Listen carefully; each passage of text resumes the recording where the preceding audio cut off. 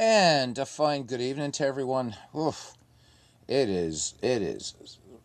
Ugh, I don't know, man. Anyhow, how's everybody doing? So for Western Christians, this is Holy Saturday. For we Eastern Christians, tomorrow's Palm Sunday for Western Christians. So for the Western Christians, I wish you a very blessed Easter tomorrow. And the following week for we Eastern Orthodox, it will be Pascha, which is the original name for Easter. So there we go. And baseball, and all is right. And there's brother Jack Dawson first in the ballpark. He's got his Guinness with him, and he's ready to have a pint. All right. I called this could be a schlo to baseball Simmin because I don't know. I never know. Rabbit Wolverine, what's up with you? I never know what's going to happen on here. And I've got to get some AC going though, man. This is like hot up here, but we're gonna tough it out because Tuesday is supposed to be 45. It was 80 today in the Commonwealth of Pennsylvania. Pittsburgh Pirates improved to 5-3, so very happy. Connor Griffin making a hell of a debut yesterday. Yay! This kid is good. So anyhow, hopefully everybody had a good day and real time in baseball. And you're welcome there, John DFW, as he joins us here at the old ballpark, or whatever we want to call it. I don't know. We'll call it that. We'll call it a ballpark. That works for me. So, hope you guys are rolling up some good stuff, playing up some good stuff. Just watched a game with David Baseball Demos. It was a good one. Detroit and Baltimore playing it on Strat Cards and Dice. So good stuff there. So Steven is near the finish line on the what am I thinking of here? My brain's baking, man. All right, we'll back up here. So payoff pitch. I did report the little bug, and Donna is looking into it. So hopefully that will get fixed. Shouldn't be a bad fix. We had that little freeze last night. But you know what? It happens, baby. It happens. So here we go. And cool, blimey, it's hot. It's hot. Hot. Blah. What do I play in DOSBox? The first game I'm going to play tonight, Rabbit Wolverine. You'll see in a moment. John saying that is 2 inches of... It was 66 there this afternoon after 2 inches of rain last night. Yeah, and it was... it's crazy. So it was 80 today. It's going to be 59 tomorrow. So... You have an Action PC question for me. Cool. Maybe I can answer it. Let's hope. No promises, and of course there are no wrong answers. All right. So fire away, my good friend, brother, cousin, all those things, John, and I'll see what I can do. That's why I'm going to wait to start this first game up there in DOSBox. It is a baseball game. And I actually broadcasted it earlier this week, I think. So I love it. Like to return to it every now and then. So anyhow, I'm waiting for John's question. And if I can't answer it, we'll try to find the answer for you. All right. Aaron Reed says, hey, everybody. Hey, Ben, how you doing? He says, hello, Sandlotters. I love that. Absolutely, because we are, right? It's all about the Sandlot. You're killing me, Smalls. You're killing me, Smalls. So saw Ben over there today, or just at David's game as well. So that was fun. And Ben and I, we were happy with the outcome of that game. Yes, we were. So the team that won is my favorite American League franchise. Aaron, how you doing, man? And again, a blessed Holy Saturday to all of you, Western Christians. We in the East got another week until our big holy day. If you download Action PC 2026, what happens to your current 1989 league? Do you have to play it in a new version or not? All you have to do is import it. It's really easy, and I'll show you. Let me pop out these comments now. All right. Yeah, so it's next week for us, Aaron. But yeah, I'll answer it now. So the way you would answer that is voice nouveau screse. So what Aaron wrote there, so in the Eastern Orthodox Church, in English, you would say Christ is risen to somebody as a greeting. That's our Paschal greeting. And then the response is, indeed he is risen, or verily he is risen, or truly he is risen.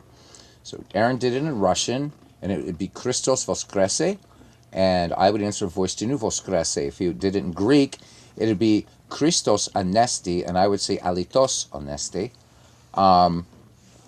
Oh my goodness gracious.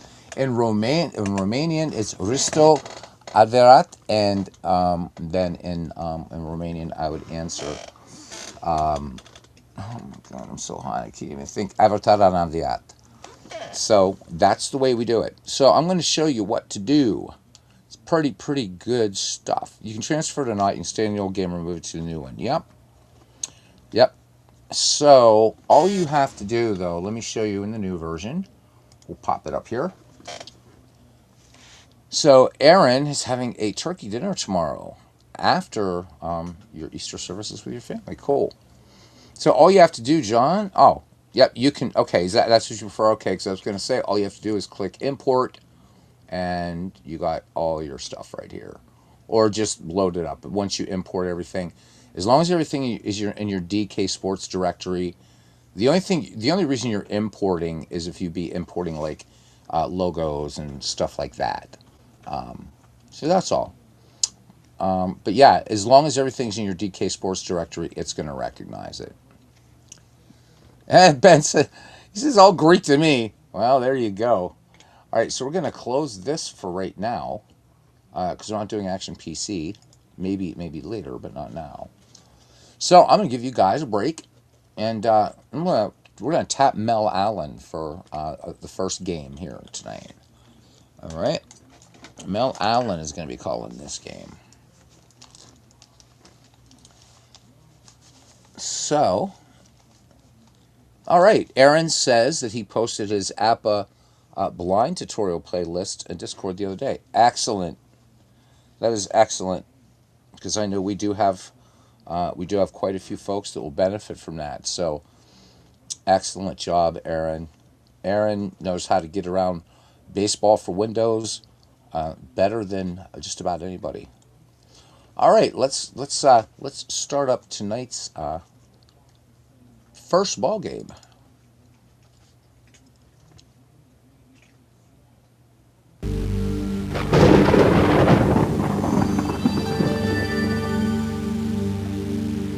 And it is bam.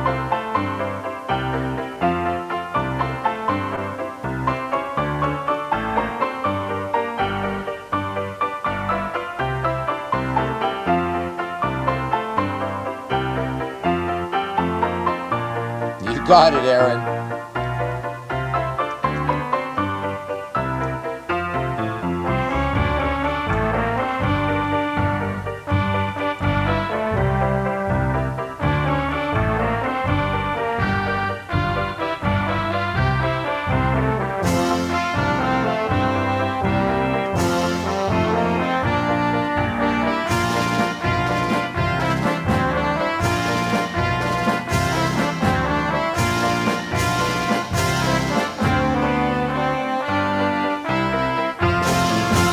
Well, lucky for you, Ben, I'm here. And to even give you better news, I put this game. This is free on our Michael McGreevy Discord. So just give you a quick tour of it before we go into the game. Old time baseball. This began life first as these were like extra. It was an extra CD that had every season from. So I should tell you, this game's from 1995. Every season from 1871 to 1981, and so that included also the Union Association, the Players League, the American Association, and the Federal League. It's the first game to use a thing called, they call it the time machine. Basically what it is normalizing to whatever year that you want. This is the first digital game to do it. You can create drafts. You can create your own teams. You can do season replays in this thing. Hey, Mike, how you doing? And a blessed holy Saturday to you. Okay, putting that all for my Western Christian friends. So yeah, quickly, the story behind that is the way we do it in the Orthodox Church is when we call it Pascha, which is its original Pascha. That's the original name. Easter, that word came later. But anyhow, so the way we do it, it's on the old calendar, the Julian calendar, and it's the first Sunday after the first full week that Passover is done. So there are some years that Western Easter and Eastern Pascha fall on the same Sunday. This year they're a week apart. So that's why I'm wishing all you guys a blessed Holy Saturday. So, no, I mean, most important thing of all is, our loving God, the Father, Son, and Holy Spirit. And this is and the Holy Saturday marks the ancient Christian teaching of Christ's harrowing of hell. But this is the time, also, Holy Saturday, that there's the beginning of the hope for the resurrection, And so there you go. So that's why I wish all of you a blessed Easter. In the Eastern churches, Pascha, Easter, is the central holiday. Christmas is second, but Easter is the fulfillment. So, and I wish everybody wonderful time. You got family, friends. We glorify God by glorifying in the joy, being in the joy of one another. So, glorify Him. All right, midlife crisis. There you go. Good evening, buddy. Yep, yeah. Passover is going for a little bit longer. And Passover also is in the Orthodox Church. We do recognize Passover. I can't remember whether it's done in the West or not. Like commemorated or whatever. I do know that we still do it in the East, though. All right, I belong to the Church of Baseball. Quoting Susan Sarandon. I tried all the rest, but yep. All right, so yeah, Ben, this is really, really great. It's got stadium histories, all kinds of stuff. Pretty cool. So, if you go to like load and erase, go to the CD-ROM, and there you go, including a bunch of Negro Leagues. Look at all these seasons, and it's free. You should go download it and install it. It's already pre-configured. Just play. I can give you a couple tips on it though, because there's a couple things you do have to understand about this game. But it also has live announcing. You can choose Mel Allen or Kurt Gowdy. I suggest picking Mel Allen, as he says more of the names. Mr. Wrestling says the UI was the only issue with old time baseball. It was so good, and still is. No, John. I grew up Catholic. Specifically a Latin Rite Catholic, or what most people call Roman Catholic. But there are 23 distinct rites in the Catholic Church. So the most visible of all of those would be the Latin Rite. But there's the Byzantines, Melkites. It's the most diverse Christian church on the planet. But I converted to Eastern Orthodoxy because I'm just the Novus Ordo Mass just kind of feels a little bit empty to me, and I wanted something that was a more ancient expression of Christianity. But we and the Catholics, we're probably in agreement on 98% of everything. So my conversion wasn't like going from, Christian to Buddhist or something like that. So, yeah. So, but now I'm considering going back not to the Latin Rite Church, but perhaps the Byzantine Catholic Church, because of what's going on in Ukraine right now, and the fact that the Patriarch of Moscow seems to be wanting to just kind of take things over, and silent acquiescence of what's going on with the Russian invasion of Ukraine. And we're taught in Holy Orthodoxy that there's no such thing as a just war. And so the Patriarch of Moscow should be speaking out loudly, but as a matter of fact, it's pretty common knowledge that he had close ties to the KGB. He is a Russian oligarch, and that's just a lot of issues. That's not the fault of Orthodoxy, because it's not like the Russians are the head of it. So I am considering a return to the Catholic Church, but to the Byzantine Rite. So anyhow, there we go.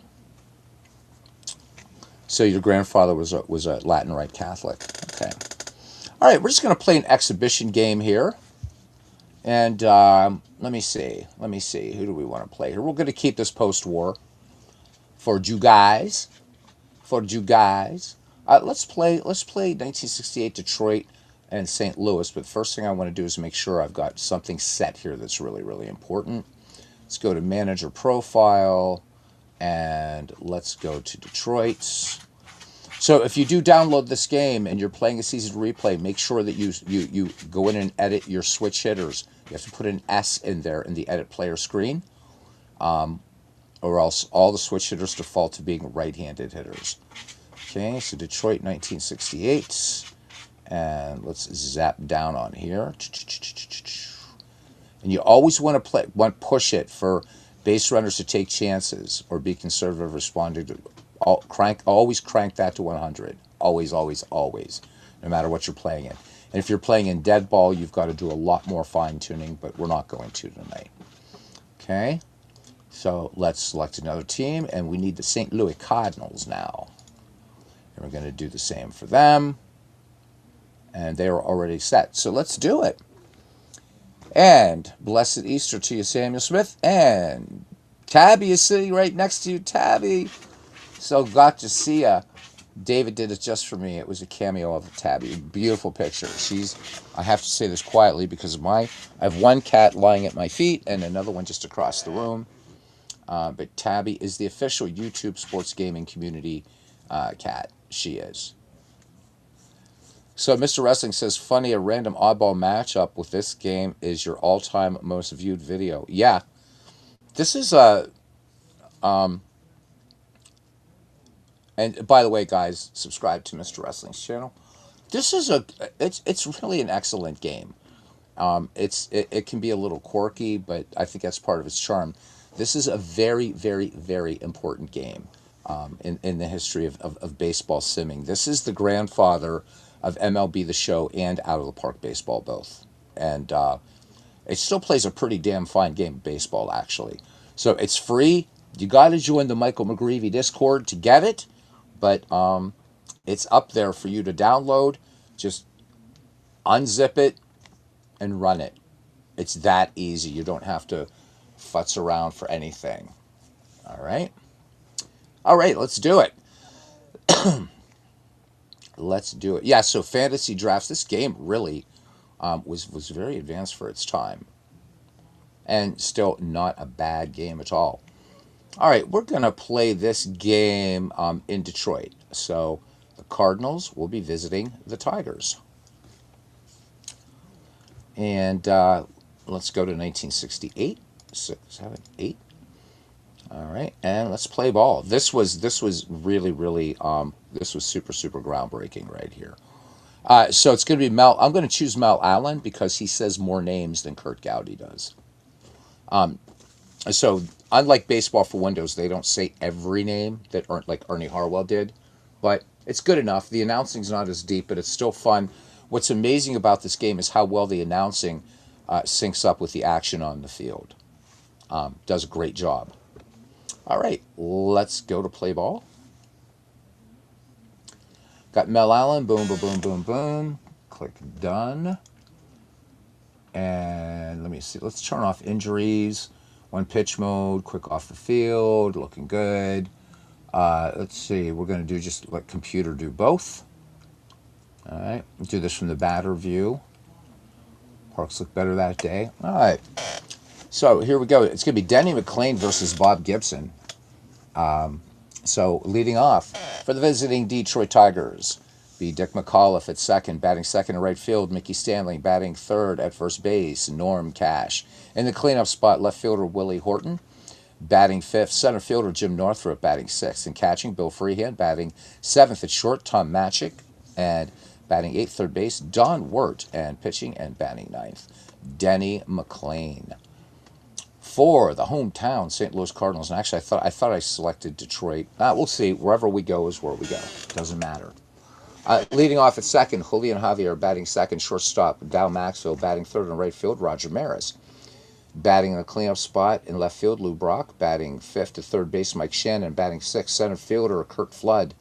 Batting seventh and catching, Tim McCarver. Batting eighth, first baseman, the Baby Bull, Orlando Cepeda. And Bob Gibson batting ninth.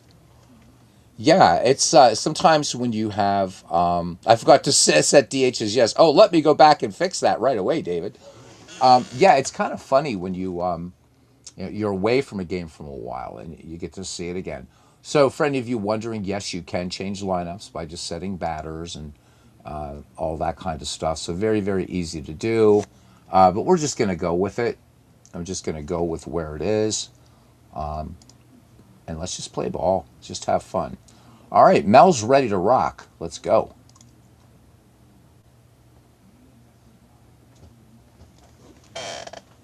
Hello, everybody. Welcome to Tiger Stadium in beautiful Detroit, where today we'll see St. Louis play Detroit in this exhibition. The weather today is frigid and foggy, with a humidity reading of 50%. The wind is blowing in from right to left at about 10 miles per hour. I'm Mel Allen, and I'm here to bring you all the action. Leading off the inning, the second baseman, batting .260.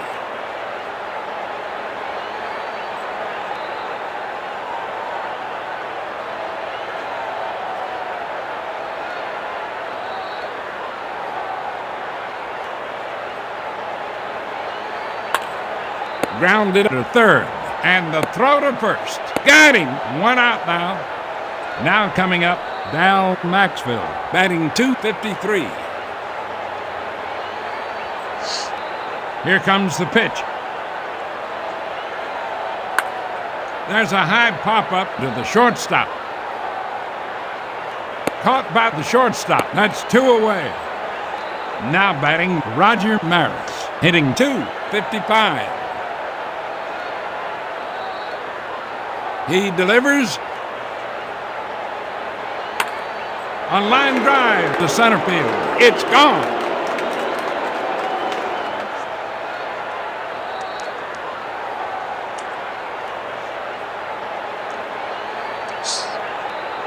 Oh, yeah. At least 10,000 times. So this isn't advanced as Apple Baseball for Windows with the announcing. That's a solo shot to Maris. I love this game. And it's 1-0. Now that brings up Lou Brock, hitting .279.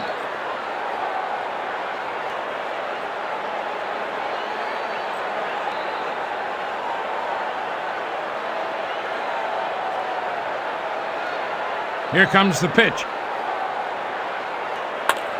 A high chopper to second, and the throw to first. Got him, and that retires the side. 1 run, 1 hit, no errors, and nobody left on. Middle of the first inning, and it's 1-0. Leading off the inning, Dick McAuliffe, hitting .249. So, let's take a second here to talk about these stadiums, or these ballparks, however you want to call them. They're not 3D. It's obviously it's a pseudo 3D, but Osborne Associates had the blueprints to all these ballparks, and so Stormfront Studios created in the game. And I still see these games popping up as baseball fields and other baseball games. Yeah, they're absolutely incredible. And remember, this game is 1995, and it's just incredible. You could play it as an arcade game, but you guys are noticing the ball flight and stuff. There's a bit of jank in that. I think it's better played as a management game.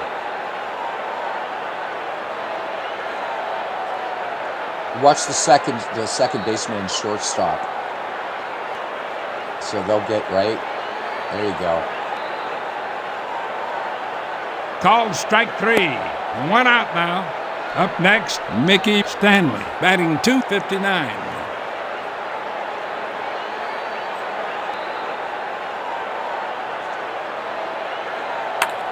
There's a hot smash to left field. It's gone. It is gone.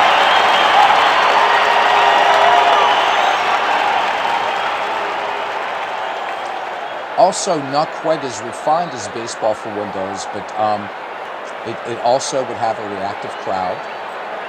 There's a lot of things this game did really well. That's a solo shot to Stanley with a score 1-all. Now coming up, Norm Cash, batting .263. In an interview I think I watched, it was last year, Don Daglow, who is the chief developer of this game, said that if he thought people would buy it and he could get the crowdsourced funding, he would have loved to have done a sequel to the sort of old-time baseball 2, whatever, which I think would have been amazing. But alas, it didn't happen.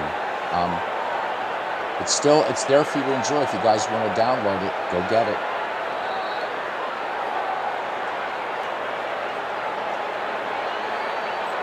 You can also pick pitch types if you're managing, which is pretty cool.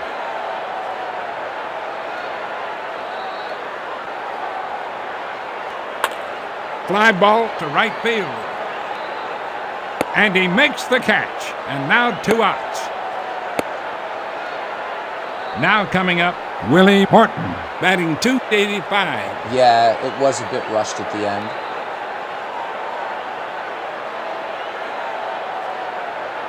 Strike 3. He struck him out. That ends the inning. 1 run, 1 hit, no errors, and nobody left on. Going to the top of the second with a score 1-all. And check out Sports Time Machine's Leading broadcast off, earlier Mike today, Shannon, guys. batting .266. Good stuff.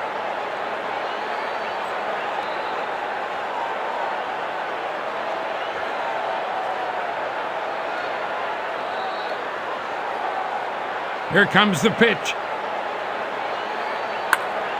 To center field. Caught by the first out of the inning. The throw to second base. Coming up to bat, Kurt Flood, hitting .301. Here comes the pitch.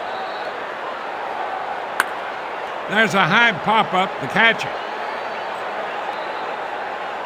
Caught by Freehan. Out number 2. Coming up to bat, Tim McCarver, batting .253.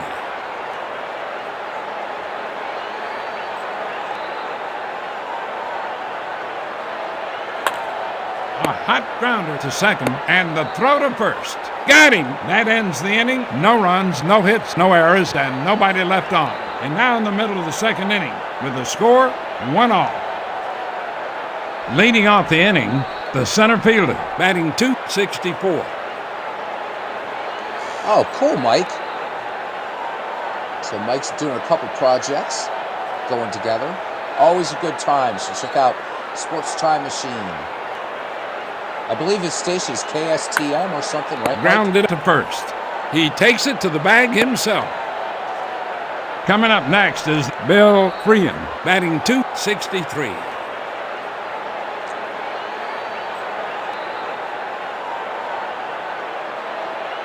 Strike 3. 2 down. I think this would have been a great Up World next, Series. the shortstop, hitting .203. Back in time and actually see the '68 World Series. It was a hell of a matchup with these two teams. Fly ball to left field. Caught by Flood. And that's the third out of the inning. 3 up, 3 down. Heading to the third with a score 1-all. And now starting off the inning is Orlando Cepeda, batting .248.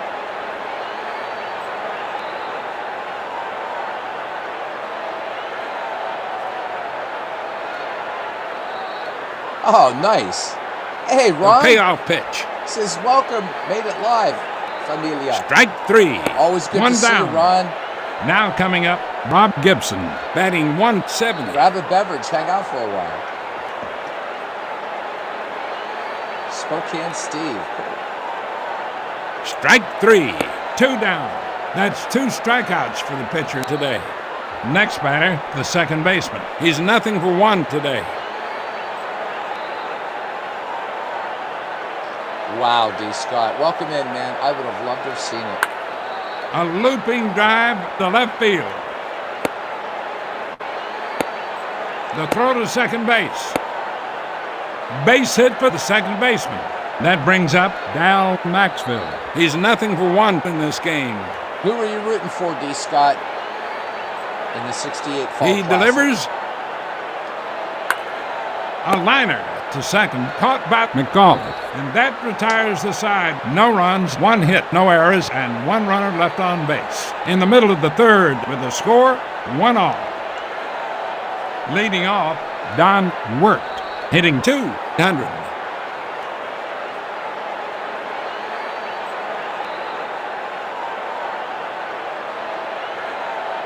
I'm trying to picture it, Mr. Wrestling. A high fly ball going out to left field. Caught by Brock, the first out of the inning. Coming up to bat, Danny McLean, hitting .162. Okay, St. Louis Cardinals. Strike 3. He struck him out. That's 2 away. That's the 4th K the pitcher's earned today. Coming up to bat, Dick McAuliffe. He's nothing for 1 with a strikeout. So one of the reasons why I would have loved to have seen this World Series, or the 1934 World Series also, the Tigers and the Cardinals, is the Tigers are my favorite American League club, and the Cardinals are my second favorite National League club. So it would have been tough for me. I would have been like one of the aged baseball fans that would have been just cheering for both sides, you know?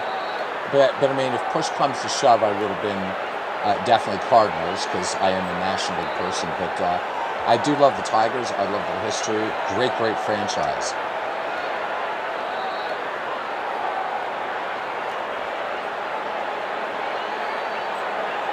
Strike 3. He struck him out. That ends the inning. That's the pitcher's 5th K today. 3 up, 3 down. At the end of 3, with the score, 1 all. Leading off, Roger Maris. He's 1 for 1 with 1 run batted in and for the homer.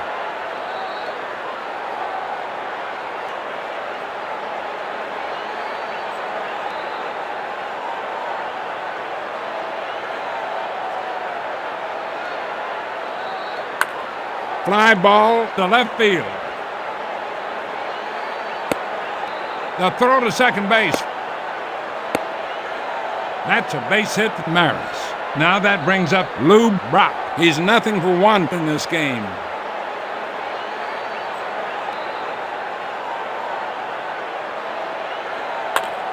There's a high pop-up.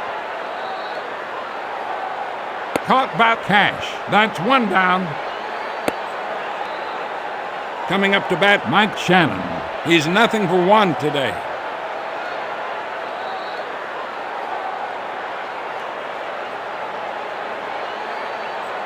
Called strike 3, 2 down. That's his 3rd strikeout today. Now coming up, Kurt Flood. He's nothing for 1 today. The runner goes. There's a slow ground ball hit out to third. Got him. That ends the inning. No runs, 1 hit, no errors, and 1 runner left on base. 3.5 down with the score, 1 all. Well, Mickey Stanley And had now a bit starting more off pop, the inning is but Mickey Stanley. He's 1 for 1 with 1 run batted in and for the homer. Tigers are so loaded they could have that light, the regular light hitting shortstop. But I can imagine it was controversial, but it certainly did work. A liner to the shortstop, and he makes the catch. That's 1 down. Up next, Norm Cash. He's nothing for 1 in this game.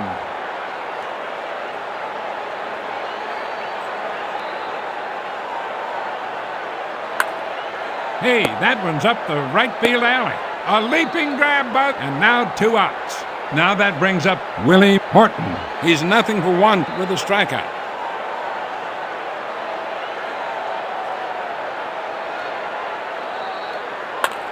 A liner to left field. Through the hole on the left side. Base hit for Horton. Next batter, the center fielder. He's nothing for one today. Now up there you can see in the upper right-hand corner, right, like simulating how the camera, right, would show, the runners on base. And I wish Out of the Park Baseball would incorporate that. I love that it does that, and I like the umpire too. But I wish Out of the Park would that would be so cool. Maybe someday. The runner goes. A line drive to the shortstop, snared by Maxfield. And that's the third out of the inning. No runs, 1 hit, no errors, and 1 runner left on base. After 4 complete with the score, 1 all.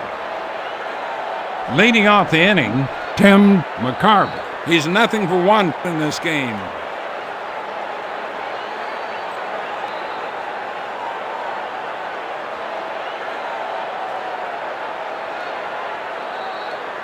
He delivers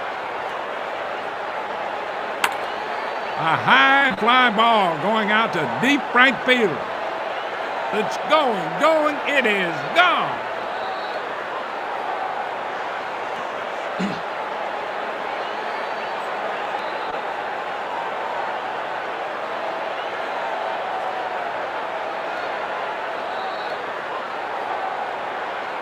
That's a solo shot for McCarver. It's 2-1.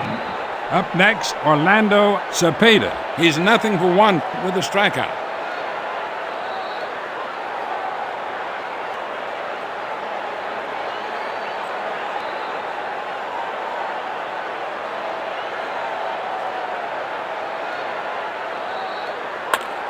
There's a high pop-up to third. Caught by Wirt. 1 out now. That brings up Bob Gibson. He's nothing for one with a strikeout.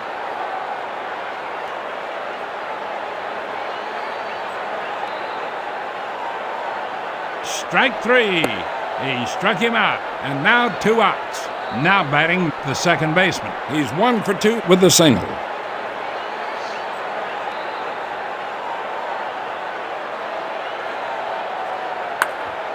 Grounded, snared by. Not in time. Base hit for. Now batting Dal Maxfield. He's nothing for 2 today. He delivers for ball 4. Now batting Roger Maris. He's 2 for 2 with a single and with a homer.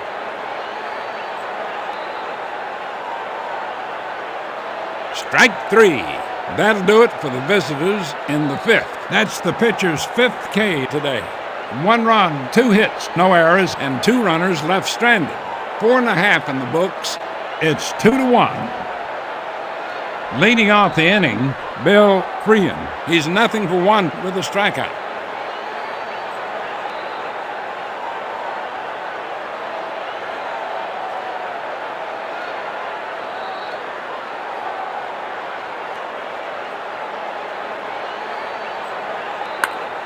A high fly ball going out to deep right field.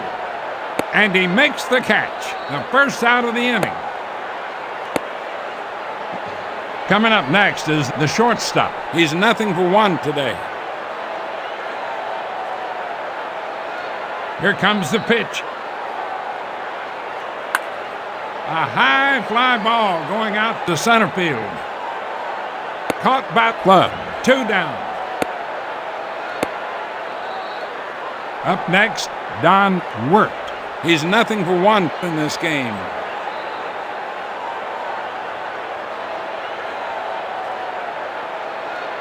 Strike 3. That retires the side. That's his 6th strikeout. You know, we just played 5 innings, 3 up, 3 down. 5 innings gone. It's 2-1.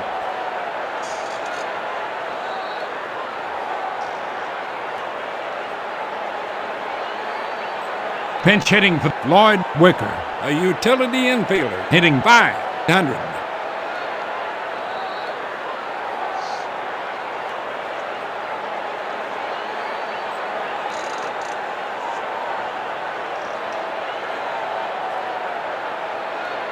It hits him.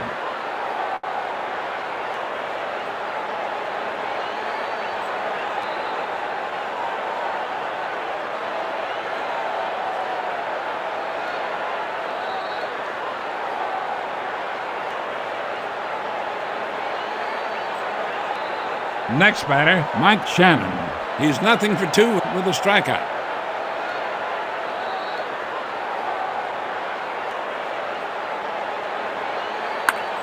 A liner to center field.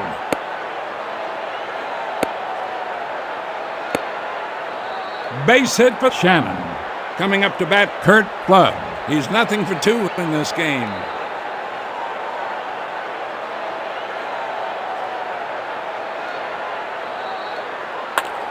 A bunt to second.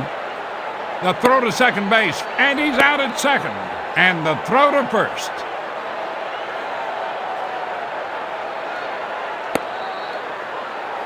Coming up to bat, Tim McCarver.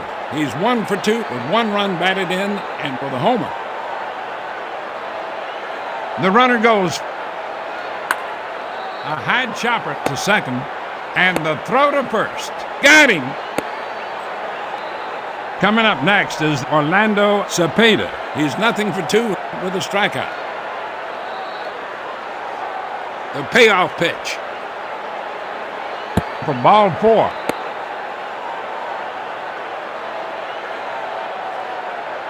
Next batter, Bob Gibson. He's nothing for 2 with 2 strikeouts.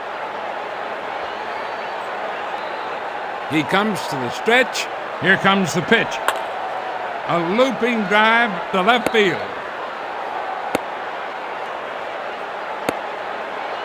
Base hit for Gibson. That drives in a run. It's 3-1.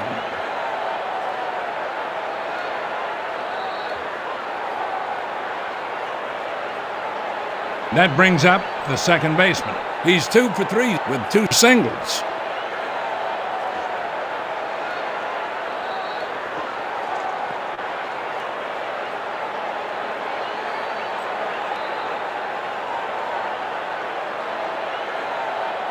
Called strike 3.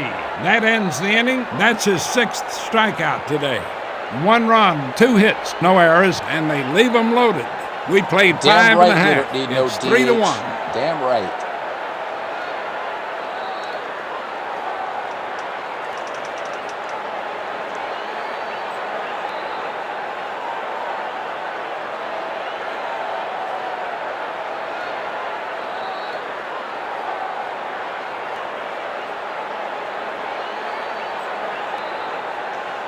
Pinch hitting for the right-hander, hitting .333.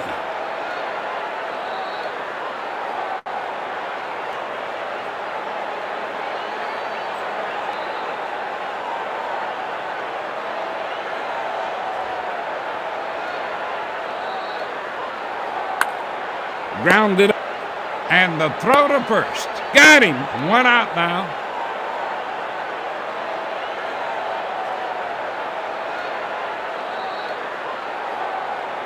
Pinch hitting for the second baseman.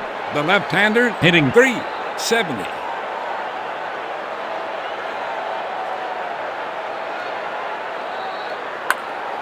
Grounded to the shortstop. Snared by Maxwell. And the throw to first. Got him. And now 2 outs. Now batting Mickey Stanley. He's 1 for 2 with 1 run batted in and with a homer.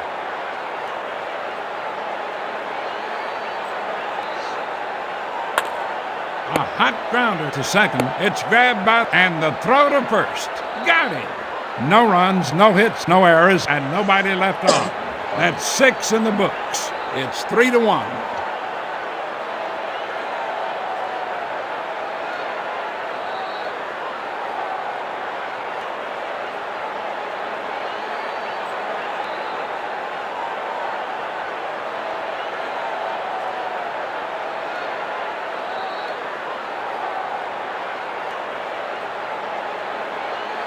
Hitting for Ted Simmons, a slap hitter, batting .333.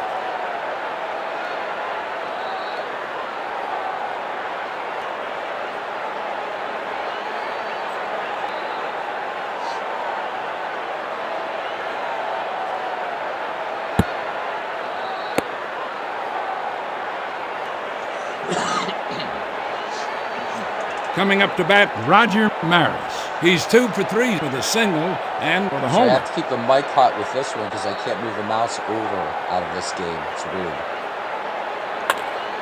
To third, fielded by Wirt. The throw to second base, and he's out at second. And the throw to first. Now coming up, Dick Simpson, batting .232.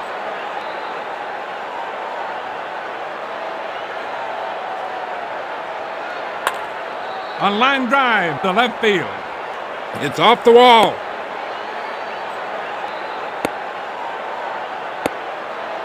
That's a base hit for Simpson.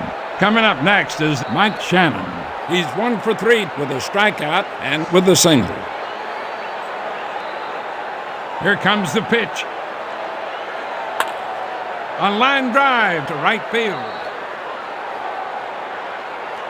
Look at that one. It's going right to the wall.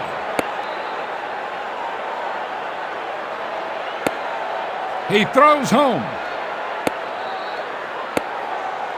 Pulls into second base with 2 bases.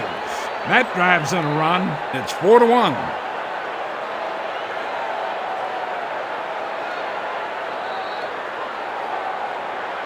Now that brings up Kurt Flood. He's nothing for 3 in this game.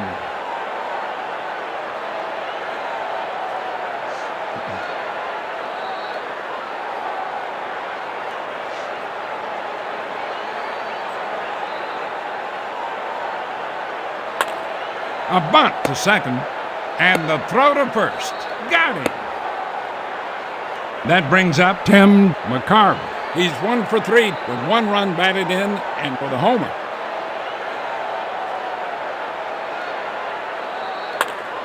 A high chopper. He's up to the ball and throws to third. Got him! And that retires the side. 1 run, 2 hits, no errors, and 2 runners left on base. 6.5 innings gone. It's 4-1.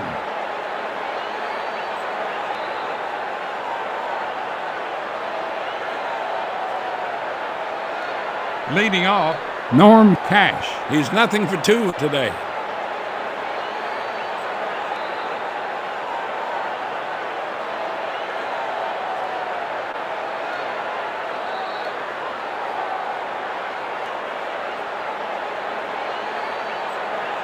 Strike 3.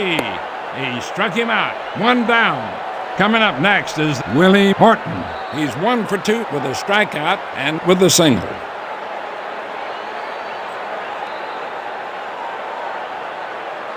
Strike 3. Out number 2. Now coming up, the center fielder. He's nothing for 2 today.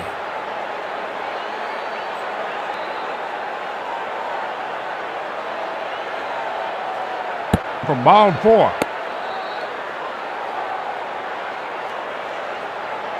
Now batting, Bill Freehan. He's nothing for 2 with a strikeout.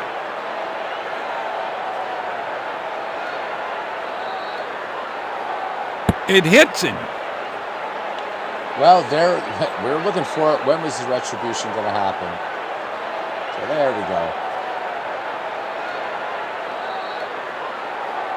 Actually, if Gibby hit him, he would be moving down the baseline that way.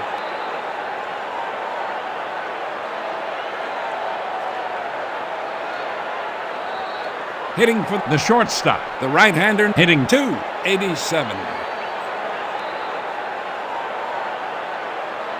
He comes to the stretch. He delivers for ball 4.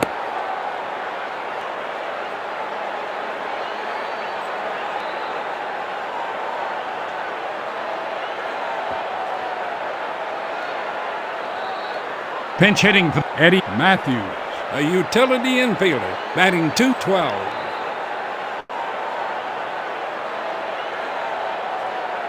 Called strike 3, and that retires the side, and that's the 9th strikeout for the pitcher today.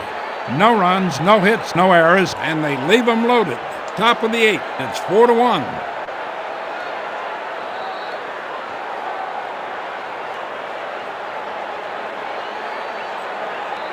Leading off the inning, Orlando Cepeda. He's nothing for 2 with a strikeout and with a walk.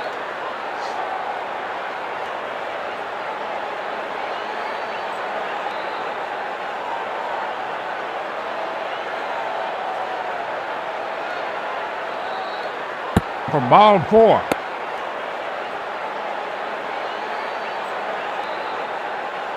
Coming up next is Bob Gibson.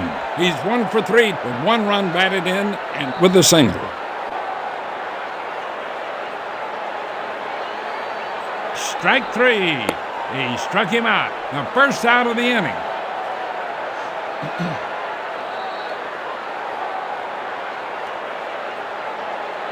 Now that brings up a speedy infielder. He's 2 for 4 with a strikeout and with 2 singles. He comes to the stretch. Here comes the pitch. Grounded to second. That dribbler goes through the right side for a base hit. A single for the second baseman. Now batting Dick Schofield, hitting .220.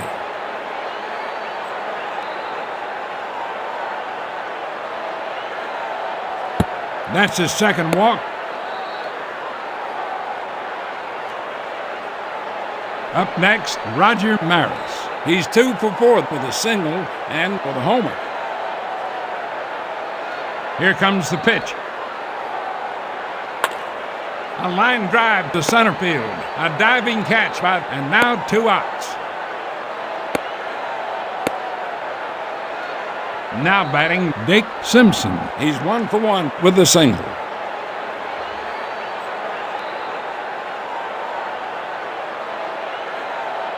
Strike 3. He struck him out. That ends the inning. No runs, 2 hits, no errors, and they leave him loaded. After 7.5 innings of play, it's 4-1.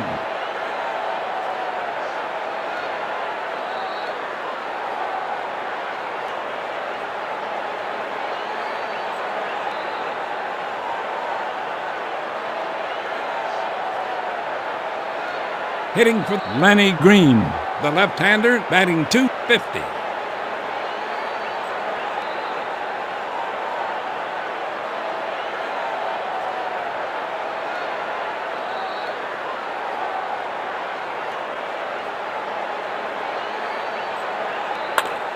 A line drive to center field, and he makes the catch. The first out of the inning.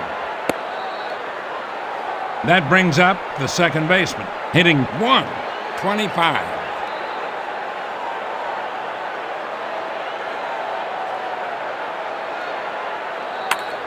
A high fly ball going out to left field. Going, it's gone.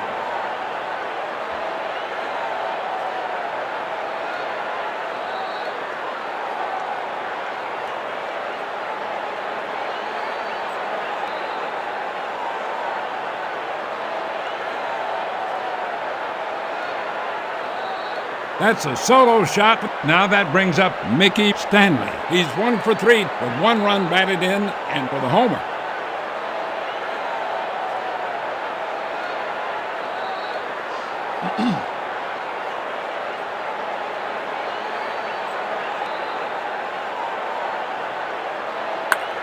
A high fly ball going out to center field. Caught by Flood. Out number 2. Next batter, Norm Cash. He's nothing for 3 with a strikeout.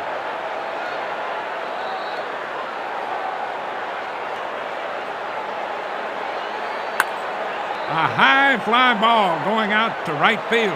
And he makes the catch. That ends the inning. 1 run, 1 hit, no errors, and nobody left on. Heading to the 9th.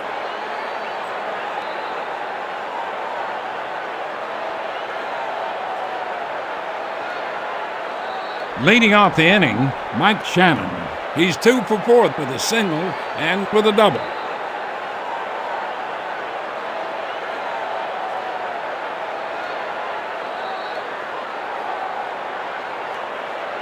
He delivers. A high fly ball going out to left field. Caught by Horton. That's 1 down. That brings up Kurt Flood. He's nothing for 4 in this game.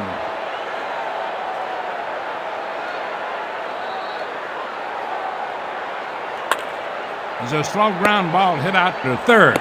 And the throw to first. Got him, 2 down. Coming up next is Tim McCarver. He's 2 for 4 with a single and with a homer.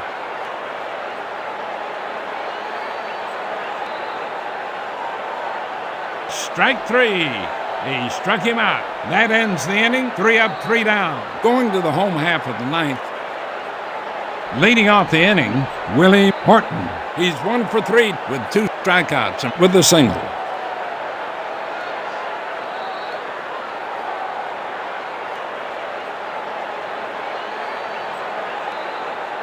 The payoff pitch. For ball 4. That's his second walk. Now batting the center fielder. He's nothing for 2 with a walk.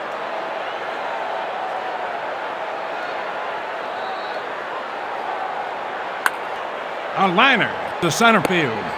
The throw to second base, and he's out at second.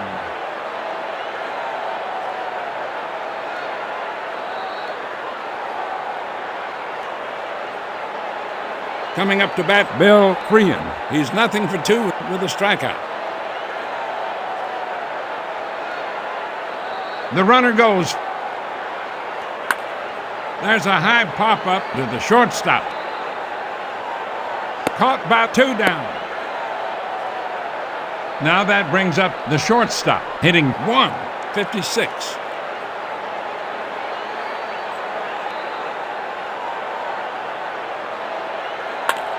There's a shallow fly ball to left field. Caught by Schofield. That ends the inning. No runs, no hits, no errors, and 1 runner left on base. After 9 complete, and the game is over. And that's the ball game. This is Mel Allen saying, so long, everybody. See you tomorrow. Goodbye. So there we go, a little bit of old-time baseball. Cardinals, 4 runs, 11 hits, no errors. The Detroit Tigers, 2 runs, 3 hits, no errors. And there's your box score for both sides and pitchers. So Gibson strikes out 9, goes 9, or strikes out 9, goes the distance. Denny McLain went 6 innings, struck out 6, but there you go. Pretty close game though. Home runs playing a big thing. You can save as you're going along if you want, but we're not going to worry about that. So there we go. A little bit of old-time baseball, and there's really a lot. You can even create your own players in this game. The only thing is so unlike Baseball for Windows, where Ernie Harwell said every name of every player, last name and first name, Mel Allen said more than Kurt Gowdy. But one of the quirky things about this game, there's some quirky things about it, but it's still a great game. Sometimes the crowd isn't reactive, so you saw that Detroit home run, and the crowd was really quiet. Is that sometimes Mel won't say the name of the batter, but if he gets on, he'll say his name or sometime in the field. So I think this was partially just, a programming quirk, but also I think Baseball for Windows really tries to recreate that radio, listening to radio on the baseball on the radio, where this would be more like, I guess a TV type thing, whatever. But anyhow, I love the game. I think it's great. It's really an important part of gaming history. So I didn't finish the history of this game really quickly. This started out as kind of like these expansion discs, if you were, what we would call DLC for Tony La Russa Baseball 3. It proved so popular that Stormfront Studios decided to make it, and at that, it didn't have the baseball time machine in it yet or anything like that, because they didn't ask Mike if they could use the time machine thing. But this came out then as its own product, and I've said it was, the way it was packaged was beautiful, nice big box, big chunky manual. And when you opened like the front lid to it, right, it had it was held down by a magnet. When you opened it, there was a little music box in there that played "Take Me Out to the Ball Game." This is really brilliant. And if any of you do download it, and if you go to help, the manual is also online. So anything you want to learn how to do, it's going to teach you right here. And you can see this is pretty extensive. So importing stats, all kinds of stuff that you can do with this thing. But it is obviously it's a straight up digital baseball game, and thanks to Don Daglow for creating this fantastic game. Too bad the Evil Empire, as they so often did with other studios like Maxis, comes to mind immediately.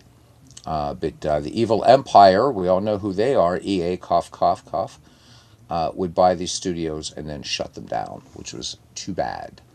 All right, let's exit to our system. There we go. All right, now I got my mouse back, which is a nice thing. All right, so let's go back to 1971 and Action PC Baseball. Because we don't want to accidentally hit Steam. That's not what I want. Oop, there we go. All right. Let's switch back to 71 and continue with what we were doing in that. It's been a while since we've been in 1971, so let's do it. And I do believe there was a game or two that we saved to play for when we came back to this. Well, yeah, there's a lot of them actually here. So we're going to see, I think... Boy, I don't know. This is a tough choice here. Tough choice. So go over the standings for you really quickly. In the National League West, the Atlanta Braves with a 5.5 game lead on the San Francisco Giants. In the NL East, the Pirates hold a 4-game lead on the New York Mets. And the American League West, the Oakland A's 1.5 up in Chicago. I think that's the game we're going to do. And and the American League East, the Detroit Tigers holding the best record in baseball and a 3-game lead in the New York Yankees and 7 up on the Baltimore Orioles as we are on August 7th, 1971. And this will be the Chicago White Sox traveling and playing the Oakland A's. It's going to be Joe Horland versus Vita Blue. Who knew? Let's play.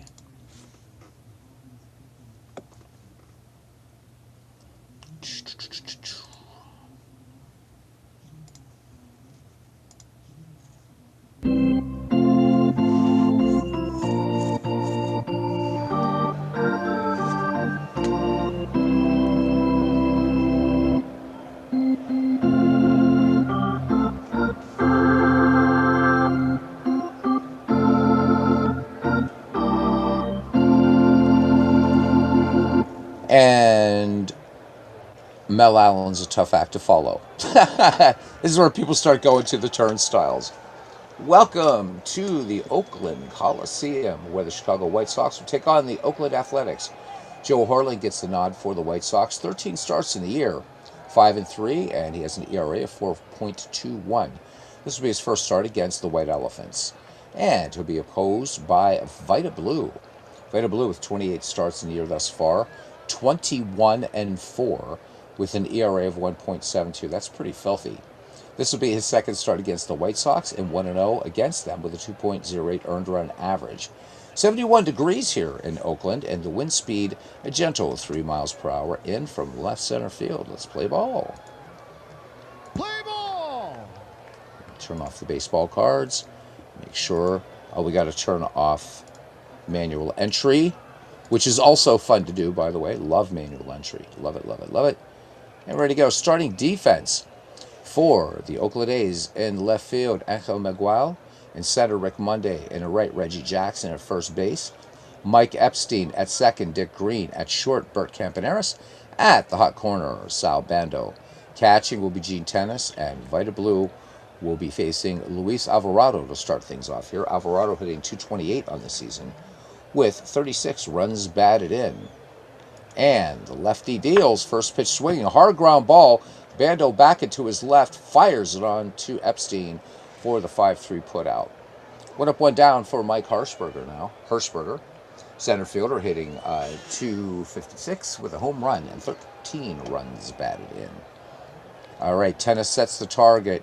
Blue with the 2-2 pitch. This one, Tapper back to the mound. Vita Blue off the bump and over to Epstein for out number 2.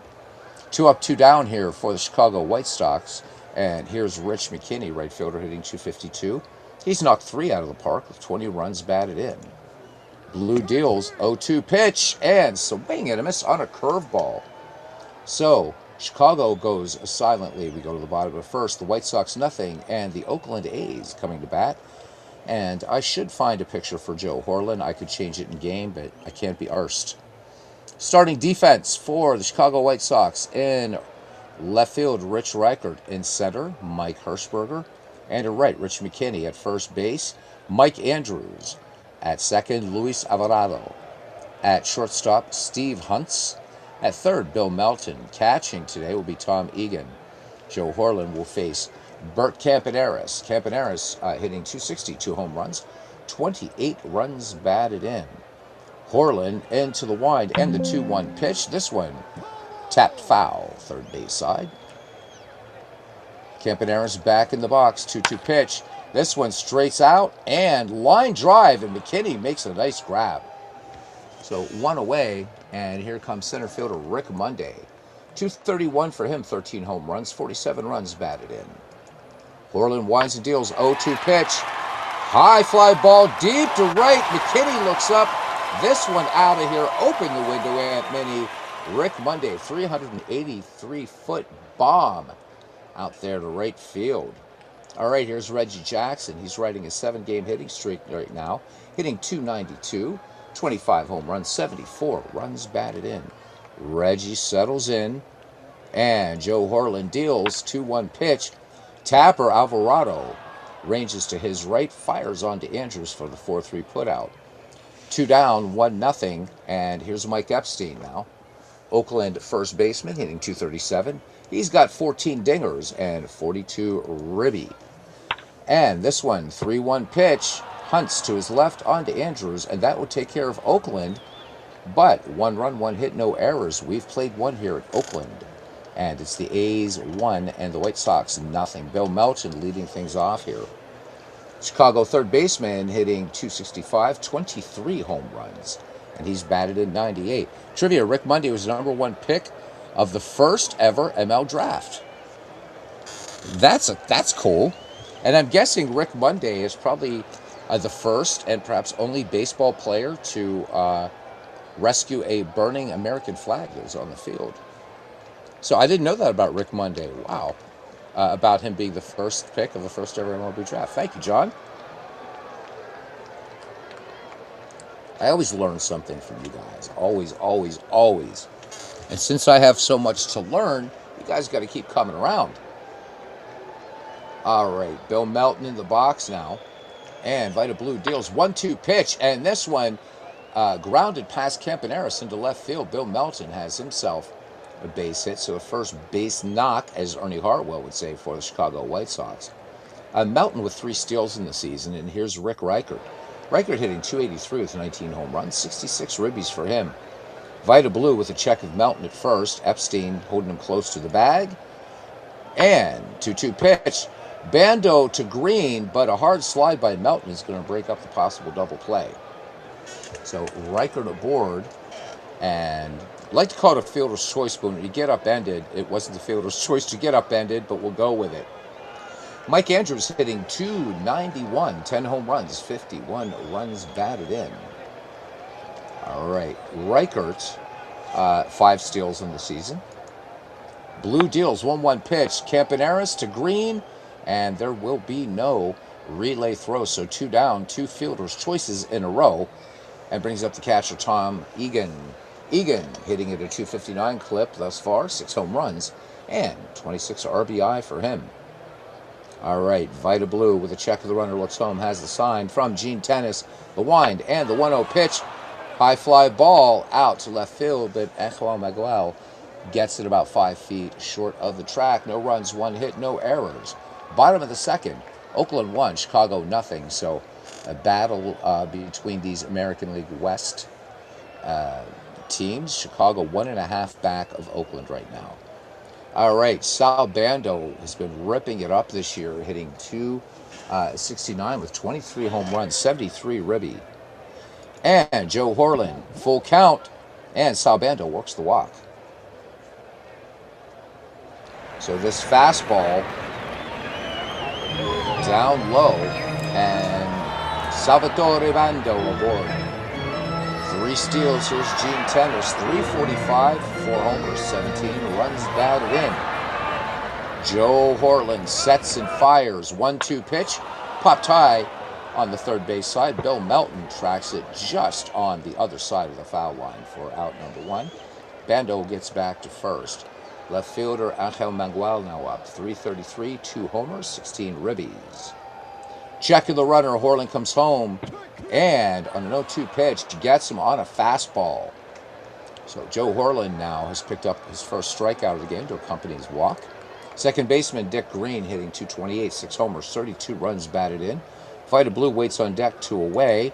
Horland deals 1-2 pitch, and Hunts will go to Andrews for the inning-ending 6-3 put out. No runs, no hits, no errors. Pardon me, 2 in the books here in Oakland.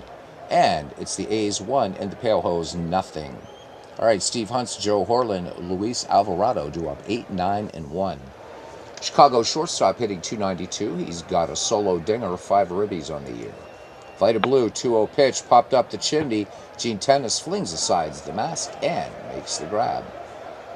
All right, Joe Horland hitting .065 with an RBI. In actual 1971, he hit 100 with 1 RBI. So there we go. There's nowhere to go but up. Vida Blue deals 2-2 pitch. Not this time. It's the Gene Tennis show. So 2 up, 2 down, courtesy of going straight up the old chimney back at the top of the order. Luis Alvarado grounded to Sal Bando back in the first. Blue winds, 2-1 pitch. And this one, lazy fly ball out to right. Reggie Jackson comes in and makes the grab for out number 3. So Chicago goes quietly. We head to the bottom of the third. 1-0 is your score. It'd be Vida Blue, Bert Campaneris, Rick Monday to bat here in the home half of the third inning. Joe Horland deals to Vida Blue. And Vida Blue, big cut and a miss on a fastball. Horland punches him out. Second strikeout for him in the game. Back at the top of the order now for Bert Campaneris. Lined out to right back in the first. Horland brings it 0-1 pitch. Fly ball center field. Sinking liner. Hirschberger has it on the track. 2 up, 2 down. And here's Rick Monday now. First man ever to be drafted in the first ever MLB draft. Thanks again, John, for that. Solo shot, so the game's only run, and that was back in the first for Rick Monday. 0-2 pitch. Tapper to Hunts. Close play at first. Bang, bang play, and they get Rick Monday by a step. No runs, hits, or errors. We go to the top of the fourth.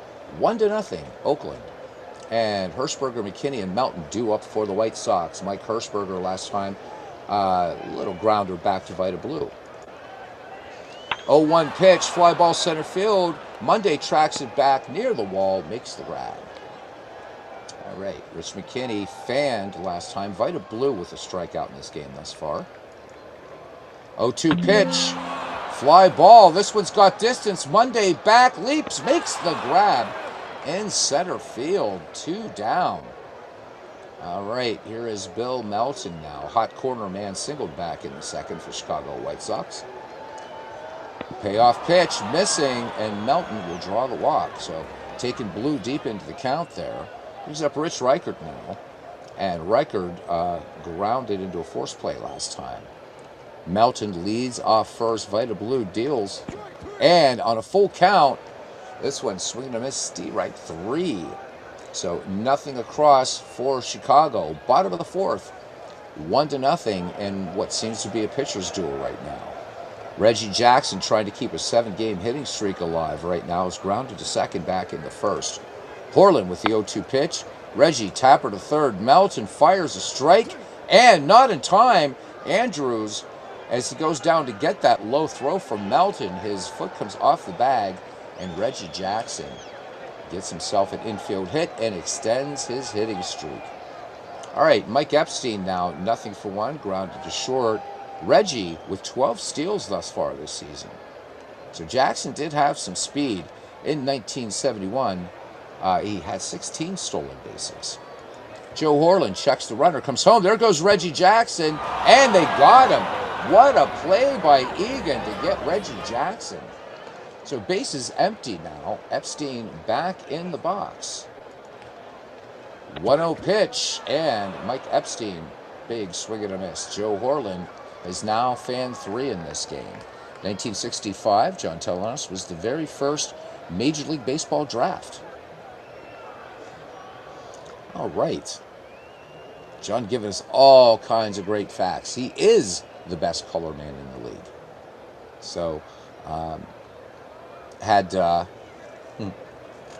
Uecker known that, and had John DFW been in Major League, how profoundly that movie may have changed. So, John, I heard that you were supposed to be in that movie, but you were tapped to. What was that movie you were heard? It was something had to do with.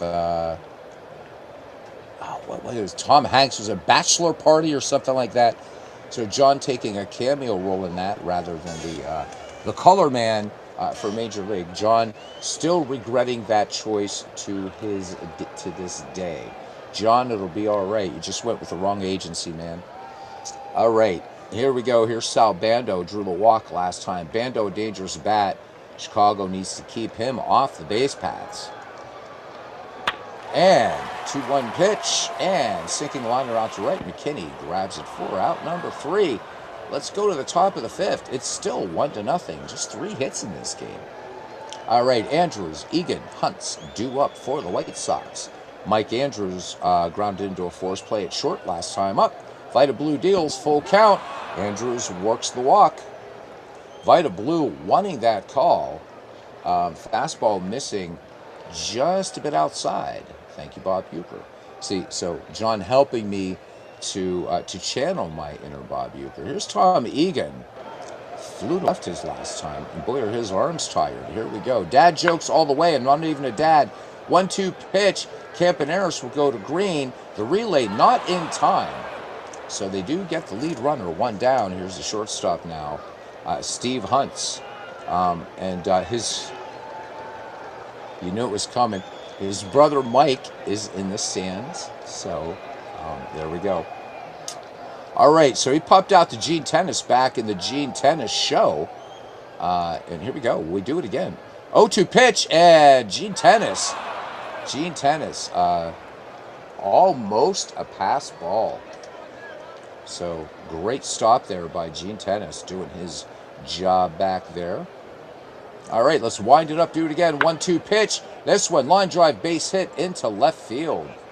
2 on now for the White Sox, 1 down. Great opportunity here. Joe Horland now. And they're playing him in, and obviously a bunt. Blue's going to go for the lead runner, and they're going to get Egan. So good heads-up play there by Vita Blue. The sacrifice does not work. 2 on, 2 down for Chicago. Back at the top of the order now for Luis Alvarado. Flew out to shallow right last time up. Vita Blue brings it, 1-0 pitch. Bouncer to third. Bando will go to first, and that is all for the White Sox. They threaten, but do not score. Pretty much the story of my life, too. We go to the bottom of the 5th inning. The Oakland A's won, the Chicago White Sox nothing in this battle of the American League West in 1971. All right, and it will be Gene Tennis, Angel Mangual, and Dick Green. My Spanish gets very sloppy at night. Popped to third back in the 2nd, did Mr. Tennis. And this one, long fly ball to left field. You can kiss it goodbye. Upper deck shot by Gene Tennis. And that's out of here. So, of course, in Italian, you would say his name Tenace, but we'll let him be Gene Tennis. 344-foot shot. I think they're being very conservative in their estimate there, but it's out of here. And Oakland now taking a 2-0 lead. All right, and I don't know why we're highlighting Mike Andrews, but there's Mike Andrews in case anybody was ever wondering. Mike Andrews there just getting himself readjusted at first. All right, here's the left fielder, Angel Mangual, and he struck out back in the 2nd. Joe Horland deals 3-1 pitch, and open the window, Aunt Minnie. This one really bombed. And here come the White Elephants, 368 feet out there to left field, and They're bringing the big boy bats today. 3-0 Oakland. All right, here's Dick Green. So can Dick Green join the homer parade? Nobody out. Joe Hortland in a heap of trouble right now, my friends. 1-2 pitch. Long fly ball. Hirschberger juggles it out there at center, but holds on and makes the grab. Whew. A little bit of a heart stopper there, but the Chicago 9 are okay now. All right, Vita Blue, 0-1. Whiffed back in the third. Horland deals to his opposite number, and down goes Vita Blue. Down goes Frazier. All right, back at the top of the order, 2 down for Bert Campaneris. Horland deals full count. Routine grounder to Hunts, and up with it and over to Andrews for the final out of the inning. 2 runs on 2 home runs, 2 hits, no errors. We have played 5, 3-0 Oakland. Vita Blue working on a 2-hitter right now. 2, 3, and 4 due up for Chicago. Hirschberger, McKinney, and Melton. So Mike Hirschberger flew out to deep center last time up. Vita Blue, 1-2 pitch, and this one just catching the corner for strike 3. Vita Blue placing that fastball beautifully. All right, stepping in now is Rich McKinney. Flew out to deep right center last time up. Vita Blue, 0-2 pitch. This one tapper to Dick Green. Routine 4-3 putout. 2 up, 2 down for Chicago brings up Bill Melton. Melton in this game, he is 1 for 1 in a walk. How about that? All right, Vita Blue deals 3-1 pitch. Bill Melton seeing Vita Blue very well today. It's the 3rd time on the base paths for him. Chicago trying to put up a number here in the top of the 6th, and it's up to Rick Reichert to get that done. But he whiffed back in the 4th, so 0 for 2 today. 1-0 pitch, and pass ball. This one gets by Signore Tenace all the way to the backstop, and Mr. Melton is now in scoring position. All right, Rick Reichert back in the box. And Rick Reichert draws the walk. So will the White Sox allow another opportunity to go by the wayside, as they would collectively be like the house on the side of the road, watching it go by? Let's see, as first baseman Mike Andrews is in the box now. Walked his last time up. Vita Blue looking for that 3rd out. Payoff pitch. Fly ball, center field, high and gone. And just like that, Mike Andrews, a 407-foot shot, and he has 11 home runs in this season replay and 12 home runs in 1971. And the Chicago White Sox tie it up. It is 3-3. All right, let's see how Vita Blue recovers from that. Here's Tom Egan now. Tom Egan has flown out and grounded out. 1-2 pitch, and hard liner, and Sal Bando has it for out number 3. 3 runs and 1 hit, no errors. And we've played 5.5 here in Oakland, and we are knotted at 3. All right, Monday, Jackson, Epstein, due up. Rick Monday, 1 for 2 with a homer, grounded as short as last time up. Joe Horland in 84 pitches right now. 1-2 pitch, and ground ball base hit into right. McKinney up with it. Monday thought about second. More of a fake job there. So runner on, Reggie Jackson last time, singled in the infield to extend his hitting streak to 8 games. Horland up, hang on. Egan out to talk to Joe Horland. 3-1 pitch. Jackson works the count and bounces it back to Joe Horland. On the play, Rick Monday will move to second. All right, here's Mike Epstein now. Epstein has grounded out, struck out. 1-0 pitch. And Epstein is going to line this one into right. Base hit. Rick Monday rounded third, and they flash the stop sign. Hang on there, son. All right, so runners at first and third. And here is Salvatore Bando. Flew out to right last time. Dangerous, dangerous bat here for these Oakland A's. Orland from the stretch. And base hit into right field for Sal Bando. Rick Monday will score in the play. Bando on the play. Actually, he's picking up the double. So McKinney not getting the ball in. Not the strongest arm out there, as you see in right field. So the Chicago lead is short-lived or short-lived, depending upon how William F. Buckley Jr. you want to get. It's 4-3 Oakland. All right, 2 in scoring position, 1 down. Gene Tennis homered last time up. Horland from the stretch, 0-2 pitch, and this one just catching the outside part of the plate. Joe Horland picking up his 5th K of the game, 2 down.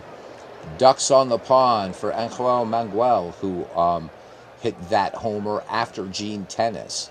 That was back in the 5th inning. And Horland deals, full count. Bouncer to first, Mike Andrew waves off Horland, takes it to the bag himself. 1 run, 3 hits, no errors, and 6 in the books here in Oakland. The A's 4 and the White Sox 3. All right, switch hitting Steve Hunt's up there. And singled his last time up. Blue into the stretch, count even at 2-2. And this one, fastball on the outside corner. Vida Blue now with 4 strikeouts. Here's Joe Horland. Will he bat for himself? He will not. And this one, line drive base hit into center field. And it is none other than Jay Johnstone. Looking at Jay Johnstone's numbers on the year. Let me see here. He's got 15 home runs. Good for him. And let's look at his average hit, 266. Has 9 stolen bases. All right, so tying run aboard for Chicago, and we're back at the top of the order, Luis Alvarado. Now due up, so Joe Horland's day is done, as you might expect. Vida Blue deals, 2-2 pitch, and this one ripped into left base hit, and Johnstone turning on the afterburners. He's going to slide in, and Bando with a tag just a millisecond too late. So runners at the corners for Chicago, 1 down. Chance to tie it up. Here's Mike Hirschberger now. And Hirschberger 0 for 3 in the game. Whiffed his last time up. Vida Blue works out of the stretch. Tennis sets the target. 1-1 pitch. Hirschberger connects. This would be deep enough to score. Fly ball to right. Jackson has it, tagging at third. And coming in and tying it up is Jay Johnstone. So Alvarado picks up the sac fly RBI, and it's 4-4. All right, here is Rich McKinney now with a runner on and 2 away. McKinney grounded to second his last time up. Luis Alvarado, not a threat to steal, just 1 theft this season. Tennis out to have a quick word with his battery mate. Vida Blue brings it home, 0-2 pitch. Bouncer to first, Epstein will take it to the bag himself. 7th inning stretch time, it is 4-4.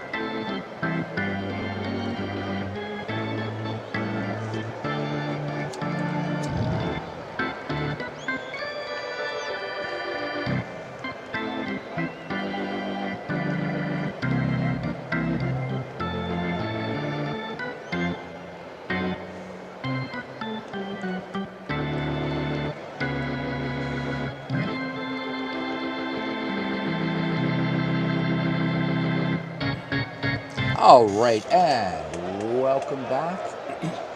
So Vicente Romo will be taking the hill for the Chicago White Sox with a 1.85 earned run average, 4 wins, 3 losses, 3 saves. He's worked 58 1/3, and he's overperforming, way overperforming than he actually did in 1971. Real 1971, a 3.38 earned run average. He went 1-7 with 5 saves, worked 72 innings. All right, and Romo will face the bottom of the order, Green, Blue, and then swing around to Campaneris. We'll see if Vida Blue stays in this game. 4-4 is your score, and we want more. That was really bad.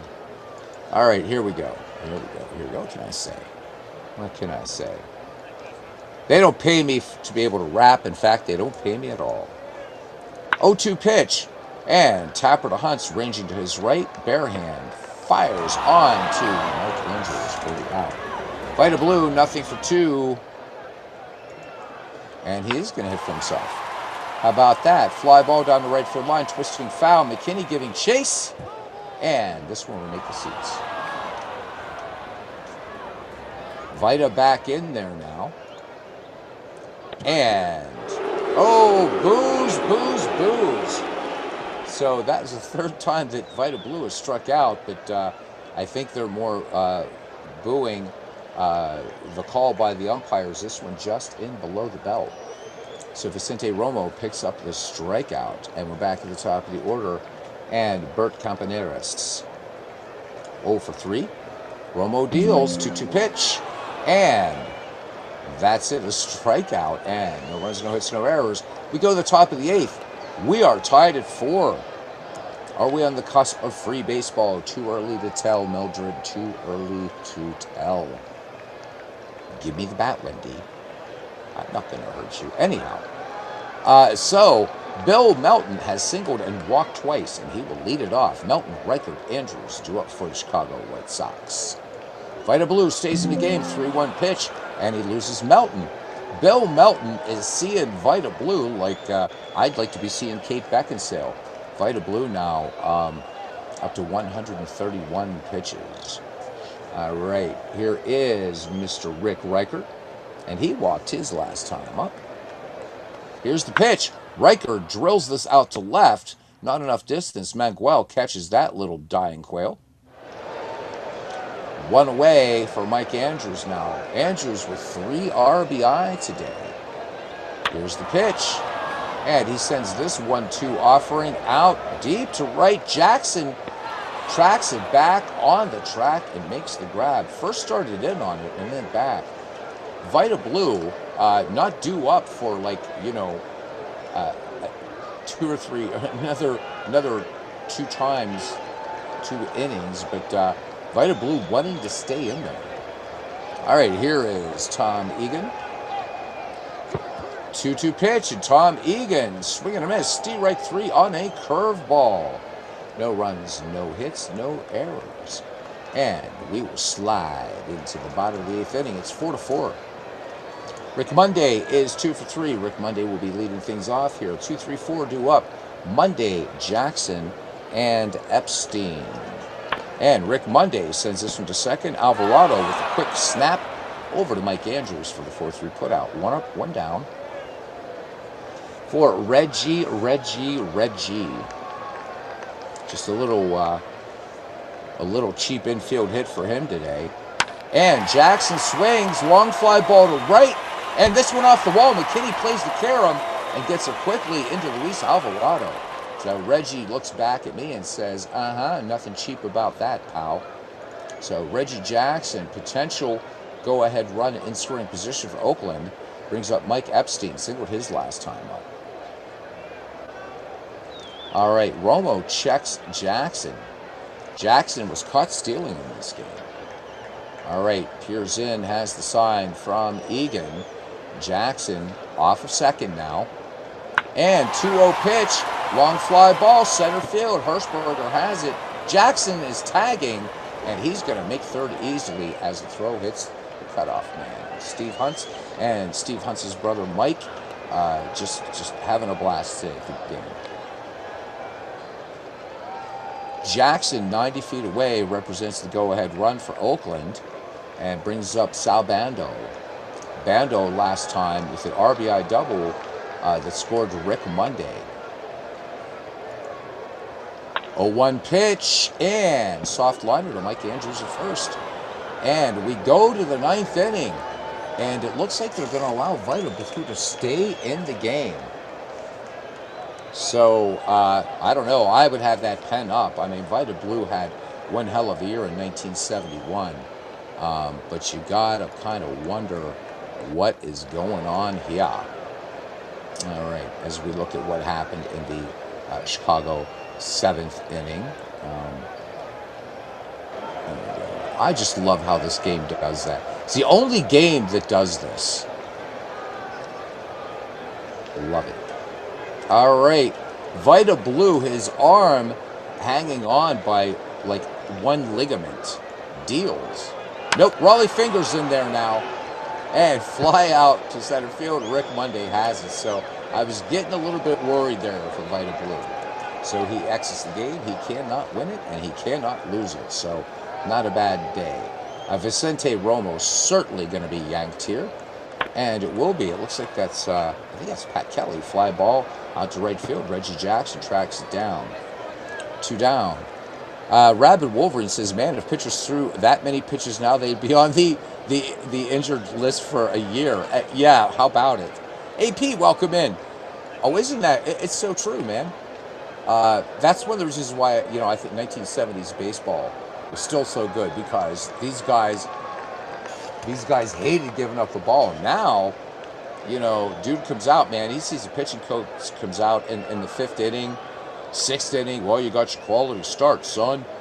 These guys aren't arguing. They get a pat in the arse and they go back and do whatever it is they do. A different game we have today. AP, how have you been, man? I know you're looking forward to payoff pitch. It's turning out to be a gem. We had a little freeze up on it last night that Jenna is looking into, but the game plays so beautifully. You're going to love it. In fact, I think the demo might be out this week, so just keep a weather eye out in the community, my friend. All right, here is Luis Alvarado, and he's batting with 2 down, 4-4. Your score here in the visitors' half of the ninth. Rolly fingers, 1-0 pitch, grounder. Campaneris ranging to his right, fires onto Mike Epstein. Alvarado never had a chance. And now we have us go to the bottom of the ninth, and it's going to be Steve Keeley now on relief for the Chicago White Sox to face Gene Tennis, Anquan Manuel, and Dick Green. Steve Keeley's number is 4.7 earned run average, 4.71. 4 wins, 5 losses, 4 saves. And let's do it. So pretty much on track.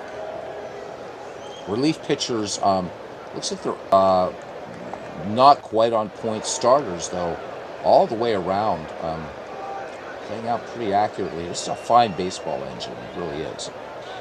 All right. So here is Gene Tennis. Keeley deals 2-2 pitch and fly ball, and sinking down toward the grass, and Hirschberger grabs it. 1 away, so he saves a blade of grass from being smashed by the horsehide. 1 away now for the Oakland left fielder. Manuel had a home run back in the 5th. 1 for 3. Keeley works home, and no!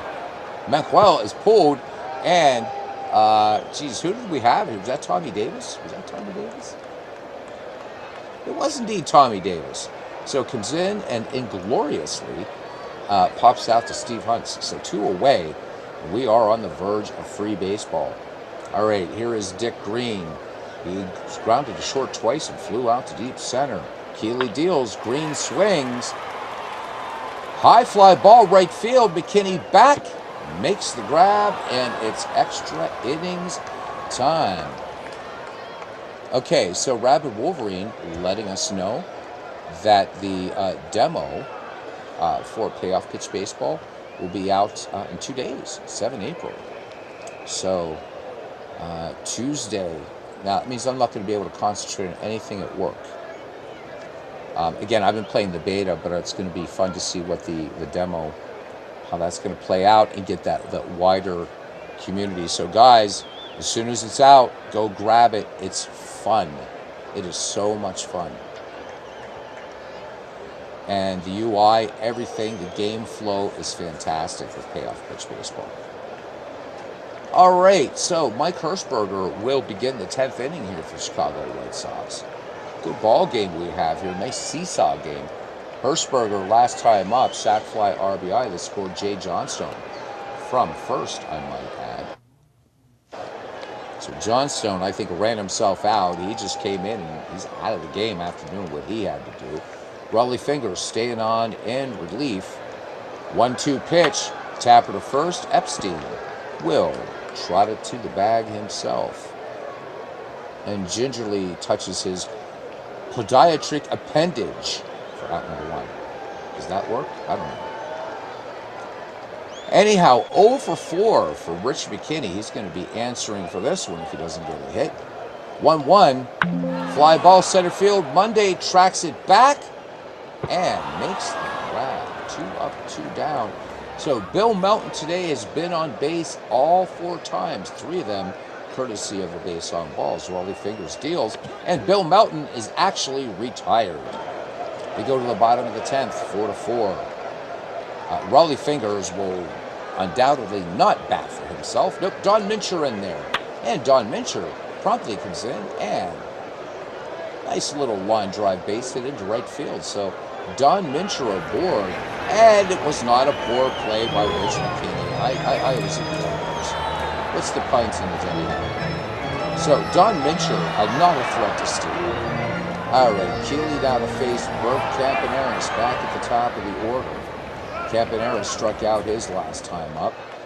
So Campaneris has one game-winning RBI on the season. I don't know if do we even still care about that stat anymore? Anyhow, Keeley deals, and 2-2 pitch, and Keeley will race Campaneris to the bag himself and gets him. Wow. On the play, Don Mincher will move into scoring position, so the winning run, now in scoring position for the White Elephants. Rick Monday having a pretty good day here, 2 for 4. Had that solo homer way back in the first inning, back in the Pleistocene era. Keeley, from the belt, brings it home. 2-2 pitch. Fly ball right field. Will it be deep enough? It's out of here. Rick Monday walks it off. I guess he loved the John DFW trivia love that he has. And the Oakland Athletics take a very important game here from the Chicago White Sox. So Oakland improves to 63-48. Chicago will fall to 61-41 for the Oakland Athletics. 6 runs, 10 hits, no errors for the Chicago White Sox. 4 runs, 5 hits, no errors. Keeley goes to 4-6. Raleigh Fingers getting the win, and he'll improve to 10-6 for the White Sox. Mike Andrews goes 1 for 3 with a home run, 3 runs batted in. And Bill Melton was just walking all day. Went 1 for 2 and walked 3 times. Gene Tennis, 1 for 4 with a homer for the A's. Angel Manuel, 1 for 3 with a homer. And Rick Monday, who should be player of the game for that performance, although I'm guessing the game's going to give it to Vita Blue. But Rick Monday, what a day. 3 for 5, 2 taters, and 3 runs batted in. Let's have a look. No triples in this game, so I feel a little bit cheated. Joe Horland went 6, 7 hits, 4 earned runs, 3 home runs given up by Joe Horland. Walked 1 and fanned 5. Vicente Romo worked 2 in relief and gave up a hit. Struck out 2. Keeley came in, worked 1 and a third, and gave up 2 earned runs, including a home run. H. Field, how you doing, man? It's great to see you in here. Good evening, good evening. And I see kitty cats. I see kitty cats, man, on your avatar. Awesome. Cats are like the thing in this community, man. Love them all, love them all. So, nice. In fact, it's the cat. So your tuxedo cat looks like a cat that I had some years ago named Festus. Tuxedo cats they're so nice. Just great cats. All cats are great, damn it. All right, Vita Blue went 8, 5 hits, 4 earned runs, gave up a home run, walked 5, and struck out 5. Raleigh Fingers gets the win. He pitched 2 and struck out 1. Let me see. Rick Monday should be player of the game, and indeed he is. All right, good stuff. I'm glad I get it right. It's pretty rare, but it happens. All right, let's see where we are now in the standings. So Oakland now moves 2.5 up on Chicago, California 7.5 out, and Kansas City, despite being 2 games below 500, still in the running at 8.5 out. Yeah, it was a pretty good one. So we're gonna do one more game. I don't know if we're gonna do it in Action PC or not. Let's see what we got here as far as this day. Let me see. We could do the Mets and the Braves. Philadelphia, Pittsburgh. Yeah. Nothing really kind of jumping out here at me as anything like, except New York and Atlanta, I suppose. You guys can pick the game. you guys can pick the game if you see one up there you like. If not, we're just going to advance it 5 days or so and see what we get. We could play No, I'll tell you what. Let's do Orioles and Yankees. Why not? Why not? Let's do the Orioles and the Yankees, and let's go. All right, and computer lineup, and let's rock and roll. All right, H-Field. All right, read your mind. Oh, Rabbit Wolverine, didn't see you, brother. I'm sorry, man. But yeah, Cardinals games are always good. My second favorite National League franchise. And welcome to the refurbished house that Ruth built for this game between the Baltimore Orioles and the New York Yankees. Jim Palmer will take the hill for the Birds. 25 starts in the year for him, 15-5, sporting an earned run average of 3.41. This would be his second start against Mike's Bronx Bombers, 1-0 with a 0 earned run average. So Yankees not seeing Jim Palmer very well. And Mike Kekich will be opposing him from the Bronx. And 3 starts in the year for Kekich, 2-1, ERA of 2.55. 86 degrees here in the Big Apple. And let's also turn off manual entry, and I still have to make sure it does this. Yep, all right. Don't know if Mike is still hanging out here, so if he is, he can, if there's some managing thing he wants to do with the Yanks. Otherwise, we're just gonna do it.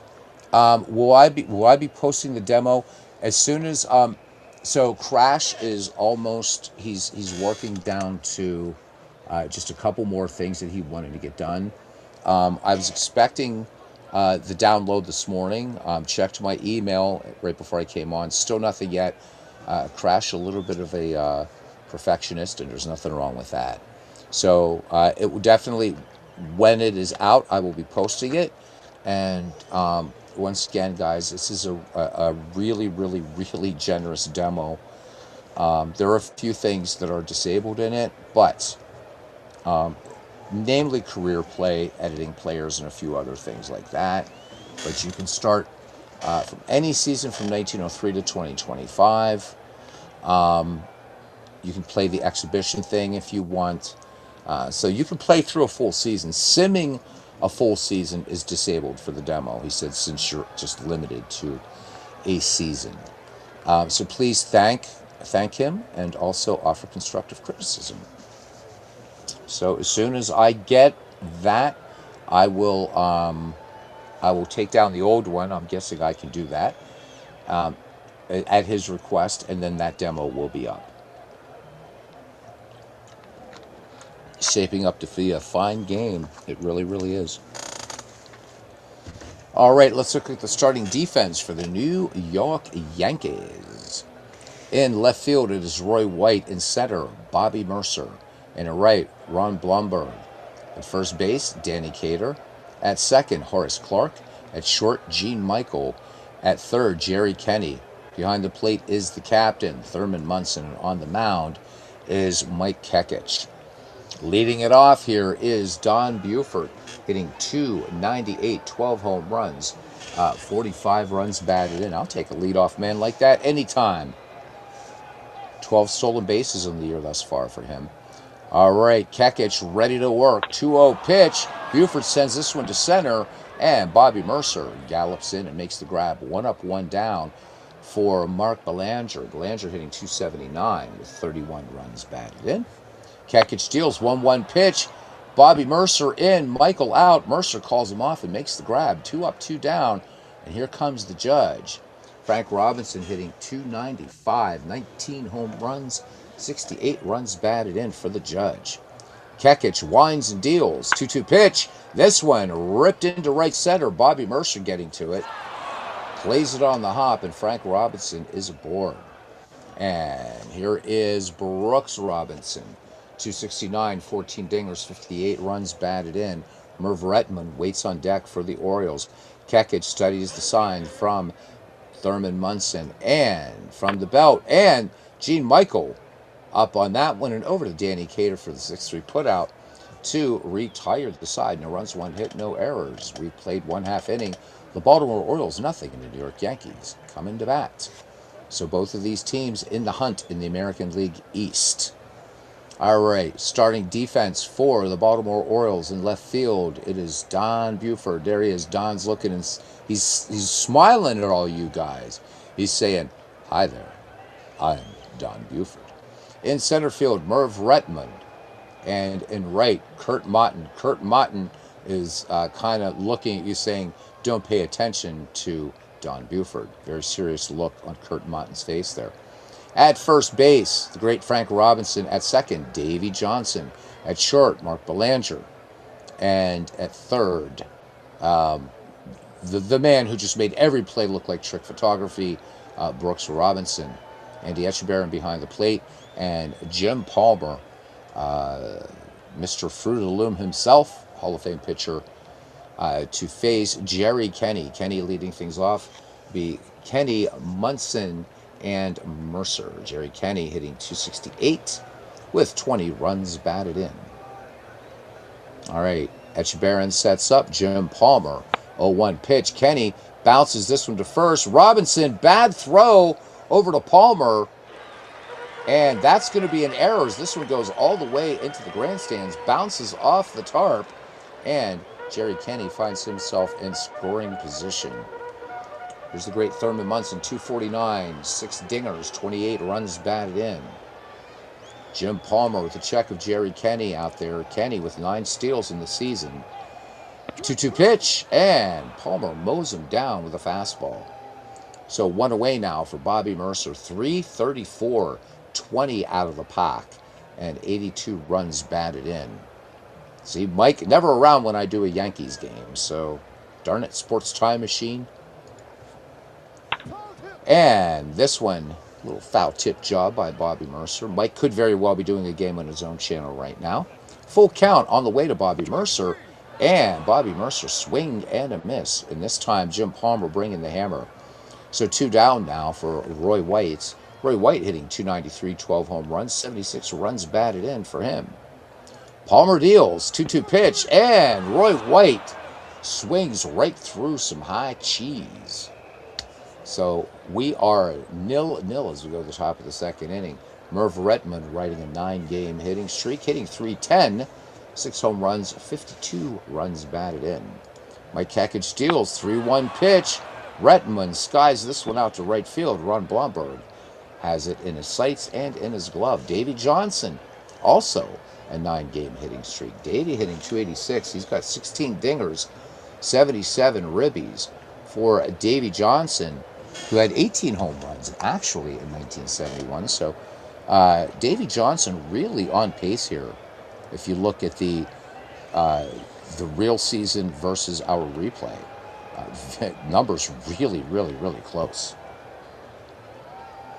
All right, Kekich deals 1 down, and Davey Johnson rips this one 1-1 pitch into center field.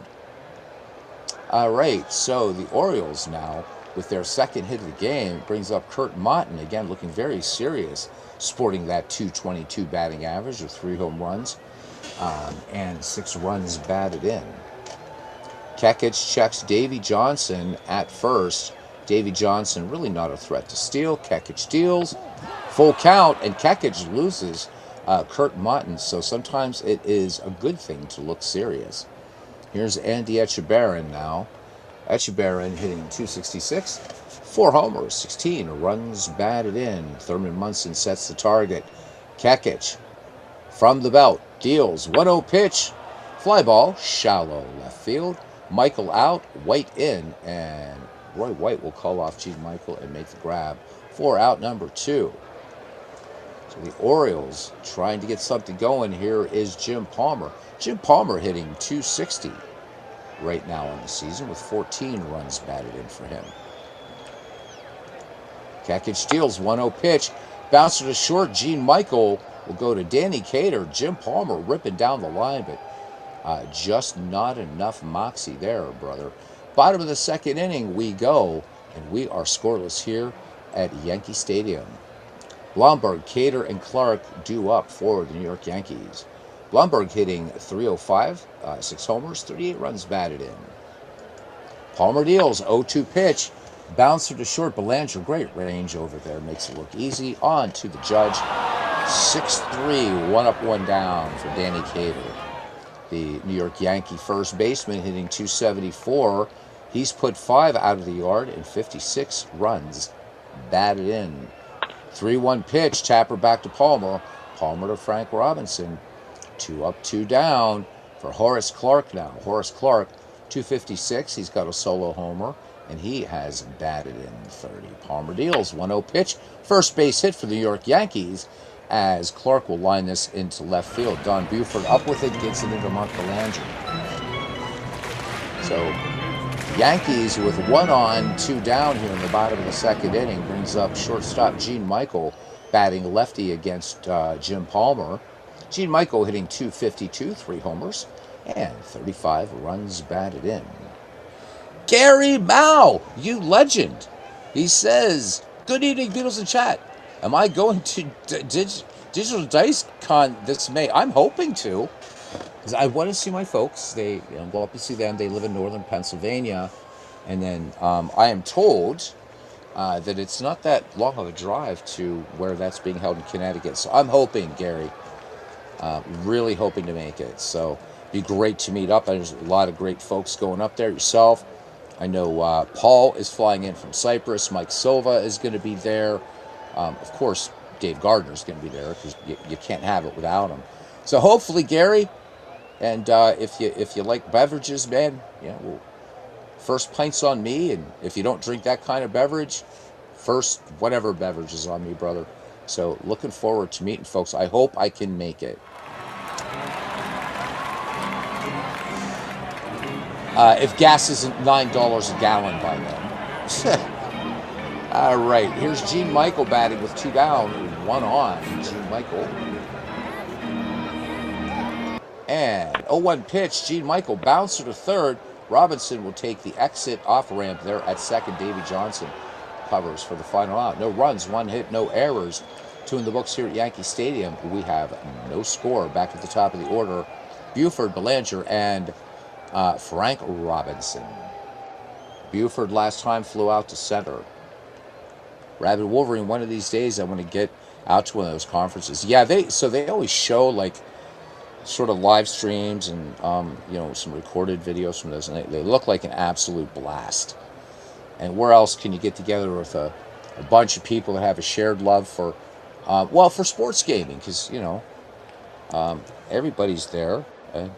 When they start talking football, I'll just make my way to the casino across the street or something. Because when people speak football, they might as well be speaking Sumerian. Because I know a few football players, Terry Bradshaw, and Fran Tarkenton, and who was that refrigerator guy? I don't know his name, but he was called the refrigerator or something. Let me see, I know him.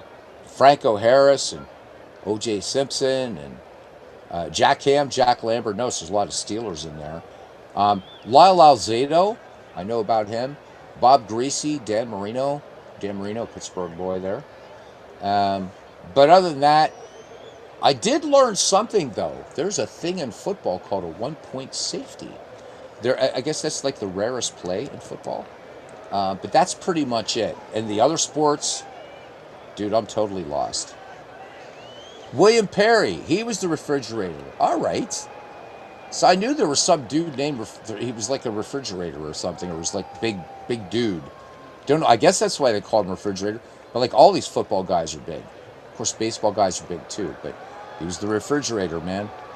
It was going to be a potential trip for him this year, says H-Field. But he's going to be moving to Georgia next month. And he has a lot to get done beforehand. So, if you tell everybody you're moving to Georgia, they're going to want you to go to Alpharetta and raid APA for them. So you do know that, right? Georgia's a big state, but if you're near Alpharetta, you're going to make a lot of friends in here real quick, man. I wish I had lived in this part of the Commonwealth when APA was in Lancaster, because I'm only 45 minutes from Lancaster, but I guess they heard I was coming back to America, and They went south. What are you going to do? All right. Well, at least I'm closer to Strat. They're up there in somewhere in New York State, wherever they are.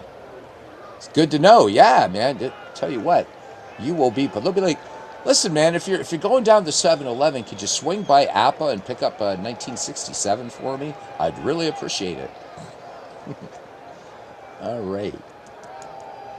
Georgia, Georgia. All right, anyhow, enough of that. Here is enough of me singing, that is. All right, Don Buford, we did say he flew to center, but I'll say it again. Kekich deals full count, and Kekich loses Buford. If you're the Yankees, you don't want this guy on base. However, Thurman Munson, pretty strong arm there behind the dish. So this New York battery's going to be watching as Don Buford, certainly with larceny in his heart. The whole day through, says Aaron. Belanger, nothing for 1. And Kekich deals full count. Mike Kekich having some strike zone issues right now, as he has just walked Buford and Belanger. And here comes Frank Robinson. I was hoping Brooks Robinson would be third because I could have done some alliteration there. Buford, Belanger, and Brooks. But there you go. What are you going to do? Just an old sweet song. Keeps Georgia on my mind. Yeah, there you go. Yeah, the song for Pennsylvania sucks. I mean, the Pennsylvania polka. So Georgia gets this beautiful, right? Georgia has this beautiful song. And the best Pennsylvania can do is the Pennsylvania polka. I mean, come on. Ugh. I'm going to move to Georgia just because they have a better song. And Hfield and I will both go raid. We'll go up to Alpharetta, man. I'll pay for some of the fuel. So you have the Willie Nelson version on CD. Willie does a pretty good job on that song. Willie doing a spliff right now somewhere for us. All right. So the Judge singled to right center last time. 2 on, nobody out, no score here in the top of the third inning. An important game here in the American League East. Sat through the Pennsylvania polka at so many block parties as a kid here. Oh, my God. Oh, man. My condolences. Ugh. So, like, New York, right? New York, Samuel Smith just comes in and says, Refrigerator Perry. How you doing, Samuel? Good to see you, buddy. Oh, my God. So, New York, right, man? You had Frank Sinatra singing New York. I mean, I know it's about the city, but still, it's a cooler song. Let's see, Ohio from Neil Young. What a classic song that is. Indiana has Indiana Wants Me. California with California Dreamin'. God, man, all the it seems like all these other states have these great songs. And roll out the barrel, we'll have barrel of fun. Whatever. Or no, that's the beer barrel polka. So whatever the Pennsylvania polka is, it's dumb. So compared to whatever. Does Florida have a song about it? So there we go. It's a trivia question, guys. Does Florida have a song? And if they do, is it cool? Somehow I suspect it was sung by, who was that Florida orange juice lady? I don't know. Can't remember. All right, Frank Robinson's single to right. And Kekich deals 0-2 pitch, finds the strike zone, fly ball out to left, and Roy White tracks it back and makes the grab. Don Knotts called his wife the refrigerator. Okay. Now I've got to look up Don Knotts' wife just to see why. All right, here's Brooksy now. Brooks Robinson grounded to short back in the first. Kekich deals 2-1 pitch. Sky to right. Blumberg has it in the sights. And Buford tags the third, and he's going to make it easily. Ron Blumberg, really not an arm out there. All right, here's Merv Rettenman trying to keep a 9-game hitting streak alive. And flew out to right back in the second inning. Runners at the corners, 2 down. And Mike Kekich out of the stretch. Full count, and Kekich has walked another. So, setting the table here. Ducks on the pond. and the inn is sold out for the Baltimore Orioles. So they used to play polka on the weekends on PBS as a kid here as well. There's always a bunch of older people dancing at a polka party. Nip it in the bud, nip it, says Aaron Reed. I love PBS. PBS. I know, PBS. Come on. I mean, the great documentaries that they've given us, and I love PBS, and I hope they can weather the storm. I think was it Thoreau now is the new Ken Burns documentary out, Henry David Thoreau.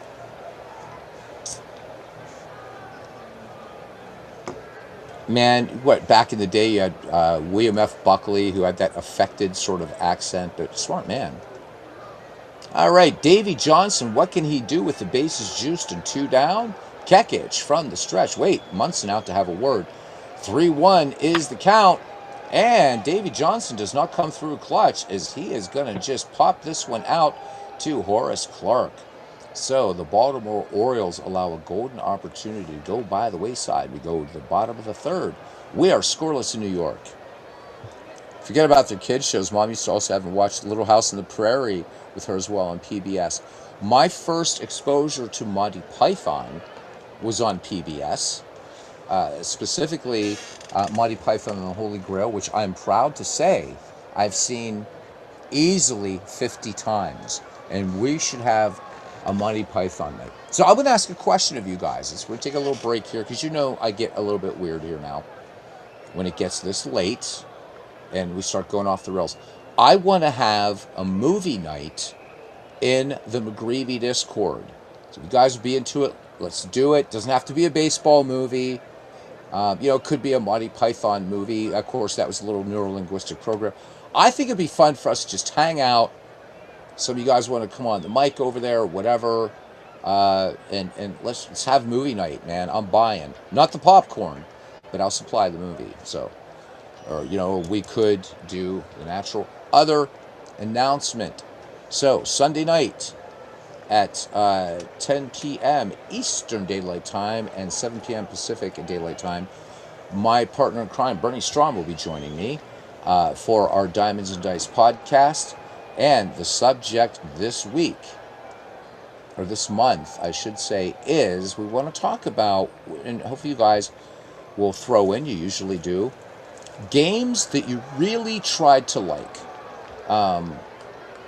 Let's keep it baseball games, but if not, at least sports games. So, but games that you really tried to like, you really gave it your all, and it just didn't happen for you. This isn't a thing for us to slam on games. So the slant rather on this is that, let's say that, and I'm going to pick one that never worked for me, one of the many, but one of those 4th Street baseball or 5th Street, whatever street baseball that is. Didn't click. God love him, Robbie Wartburg tried so hard to get me to buy into that game, and it just didn't happen, man. I'm not saying it's a bad game, but so the idea behind this is maybe those are great jumping off points for people. So somebody, let's say, would pick that game. Somebody else might say, oh no, well, here's why it's cool. So, but games that you really tried to like and just kind of, it fell flat for you for whatever reason. And my other exposure to, thanks to PBS, is Doctor Who. So, and then those great British comedies, man. My ex and I, we used to, oh my God, it was every Saturday night.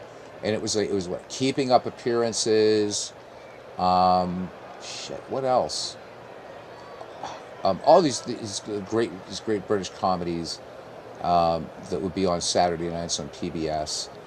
This was both when we were. She was a grad student. I was working at Penn State at the time, and man, it's Saturday nights, man. It was all about the British comedies. It was so awesome. Thomas the Tank Engine was your favorite as a kid. So there's a rather famous drummer that was intimately tied to the Thomas the Tank Engine show. You might have heard of him. Yeah. All right. So Aaron Reed grew up with Thomas the Tank Engine as well. Mr. Rogers, Sesame Street. So Reading Rainbow. So you're the kid here, Aaron. So uh, I I never got to experience Reading Rainbow. I think when Reading Rainbow was on, I was maybe a junior at Penn State or something. I don't know when that show was on. And Lamb Chops, was that like, what's her face? Sherry Lewis. So, Mr. Rogers. So sorry, I'm tangenting here. People are going to go to the turnstiles at this point, but that's okay. I'm just in the mood to talk now. We'll let Mike Kekich hit here though. Palmer deals. Kekich spanks this one to Brooks Robinson. Ranges to his right, gets to it before Belanger. And what a strong infield they have here. Frank Robinson, of course, with the bat, but defensively, Johnson and Belanger up the middle there, and then the immortal Brooks Robinson. If you could rate somebody a 20 in this game, that would be Brooks. Sherry Lewis, that's it. I never saw that movie with Tom Hanks. I do want to see it. You guys want one of the most inspirational things you'll ever see, though, is you can catch it on YouTube. Not only Mr. Rogers, Fred Rogers, his great address to Congress, but also there's a clip from a Mr. Rogers episode where he's talking to the kids the day after 9/11. Mr. Rogers was just Fred Rogers. What an amazing, truly good man, and talking to kids about the fear, and just to do that, and again and in that speech in Congress, I believe it was 1969. Just an absolutely remarkable person. There's somebody I would have loved to have met was Fred Rogers. So may his memory be eternal. All right, Jerry Kenny is nothing for one. We're back at the top of the order for the New York Yankees. I'll stop rabbiting now. He was safe on a throwing error last time up. Jim Palmer winds and deals. Kenny up the middle. Belanger. And Jerry Kenny able to squeeze out a infield hit. Thurman Munson with a 6-game hitting streak right now. Struck out last time up. Runner on, Jerry Kenny with 9 steals in the season. Palmer deals. There goes Jerry Kenny. The throw goes to the outfield, and that's going to be a throwing error on Andy Etchebarren. So score a stolen base for Jerry Kenny and an E2 on Andy Etchebarren. All right, so potential first run of this ball game just 90 feet away, 1 down. Thurman Munson back in the box, 2-1 pitch. Munson taps this one foul, third base side, and Brooks Robinson will watch it go 5 rows back into the seats. All right. 2-2 pitch. Liner to Belanger, and he spears it out of the air. Great play by Mark Belanger to save a run. All right, and possibly an extra base hit to boot. All right, here's Bobby Mercer, Jim Palmer from the stretch. 0-2 pitch, tapper back to Jim Palmer, and we continue our scoreless ways as we go to the top of the 4th. We've had some good ball games. Even that old-time baseball game we did a couple hours ago was a good one. 4th Street Baseball has bad graphics and really bad interface, and that's why I didn't like it. So Onslow, are you serious? Oh, really? No way. Samuel, are you kidding me? So, guys, if you ever saw Keeping Up Appearances, Onslow, Jeffrey, oh my God, he's may his memory be eternal. He was actually from the Isle of Man, and his character was wonderful. I didn't know he was a Strat guy. So I guess they even know about Strat and the Isle of Man. So that's really cool. Thank you for that, man.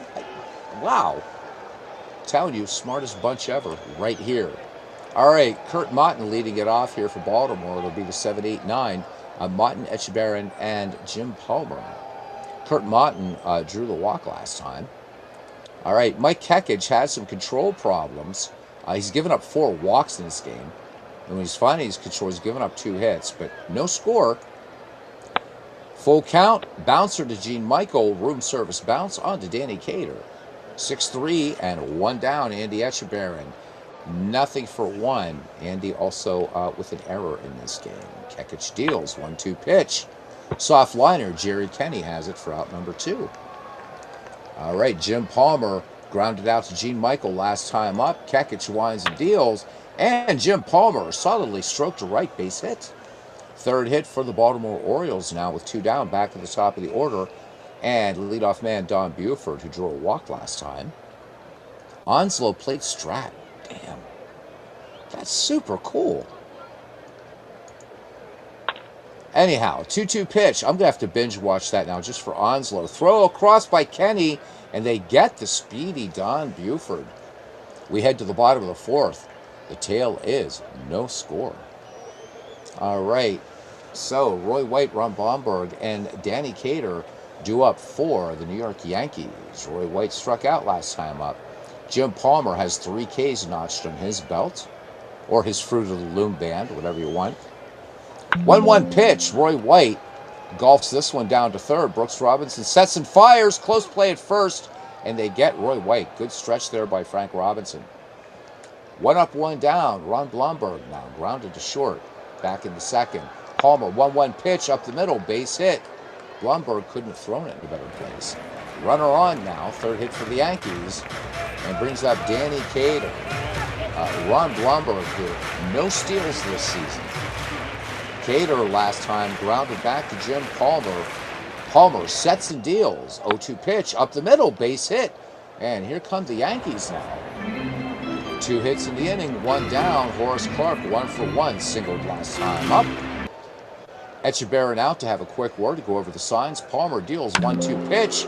And base hit to right field. Martin loses it. Loses track of it and goes to the wall. It's a double RBI. And how about it? How about it? And the Yankees pick up the first run of the game. It is 1-0. Horace Clark with the RBI double. And Palmer looks like he might have been pitching on short rest, as Palmer is now showing some definite signs of fatigue. So Baltimore must be not sure what's going on with Palmer in the short rest here. But here we go. 0-2 pitch. And that's going to be a 2 RBI double for Gene Michael. And all of a sudden, the Yankees exploding for 3 here in the bottom of the 4th inning. 1 down. Earl Weaver, what are you doing? All right, here's Mike Kekich. Here's the pitch. Kekich swings. Fly to right. Kurt Motton tracks it down, makes the grab. Gene Michael will hold second. So Palmer not due up until 3,000 players from now. And brings up Jerry Kenny, who is 1 for 2. Infield single back in the 3rd. Palmer, base hit into left. And Jerry Kenny will have an RBI single as Gene Michael comes in to score. Palmer is getting absolutely shelled here. Not sure what's going on. I don't like to intervene, but Jim Palmer just getting his... Wow. All right, here's Thurman Munson. Nothing for 2. And Palmer deals. Munson, this one off the bump, and it goes to Davey Johnson, who gets it to Frank Robinson for the final out of the inning. But the New York Yankees, 4 runs, 5 hits, no errors. 4 in the books here at Yankee Stadium. Yankees 4 and the Orioles nothing. Belanger and the 2 Robinsons due up. Mark Belanger nothing for 1 and a walk. All right, Mike Kekich now staked to a 4-run lead.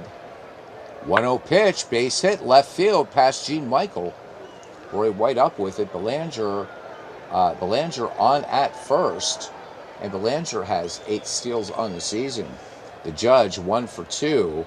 Robinson singled back in the first, flew out in his last time up. 2-1 pitch, soft liner to Jerry Kenny at the hot corner. He has it for out number 1.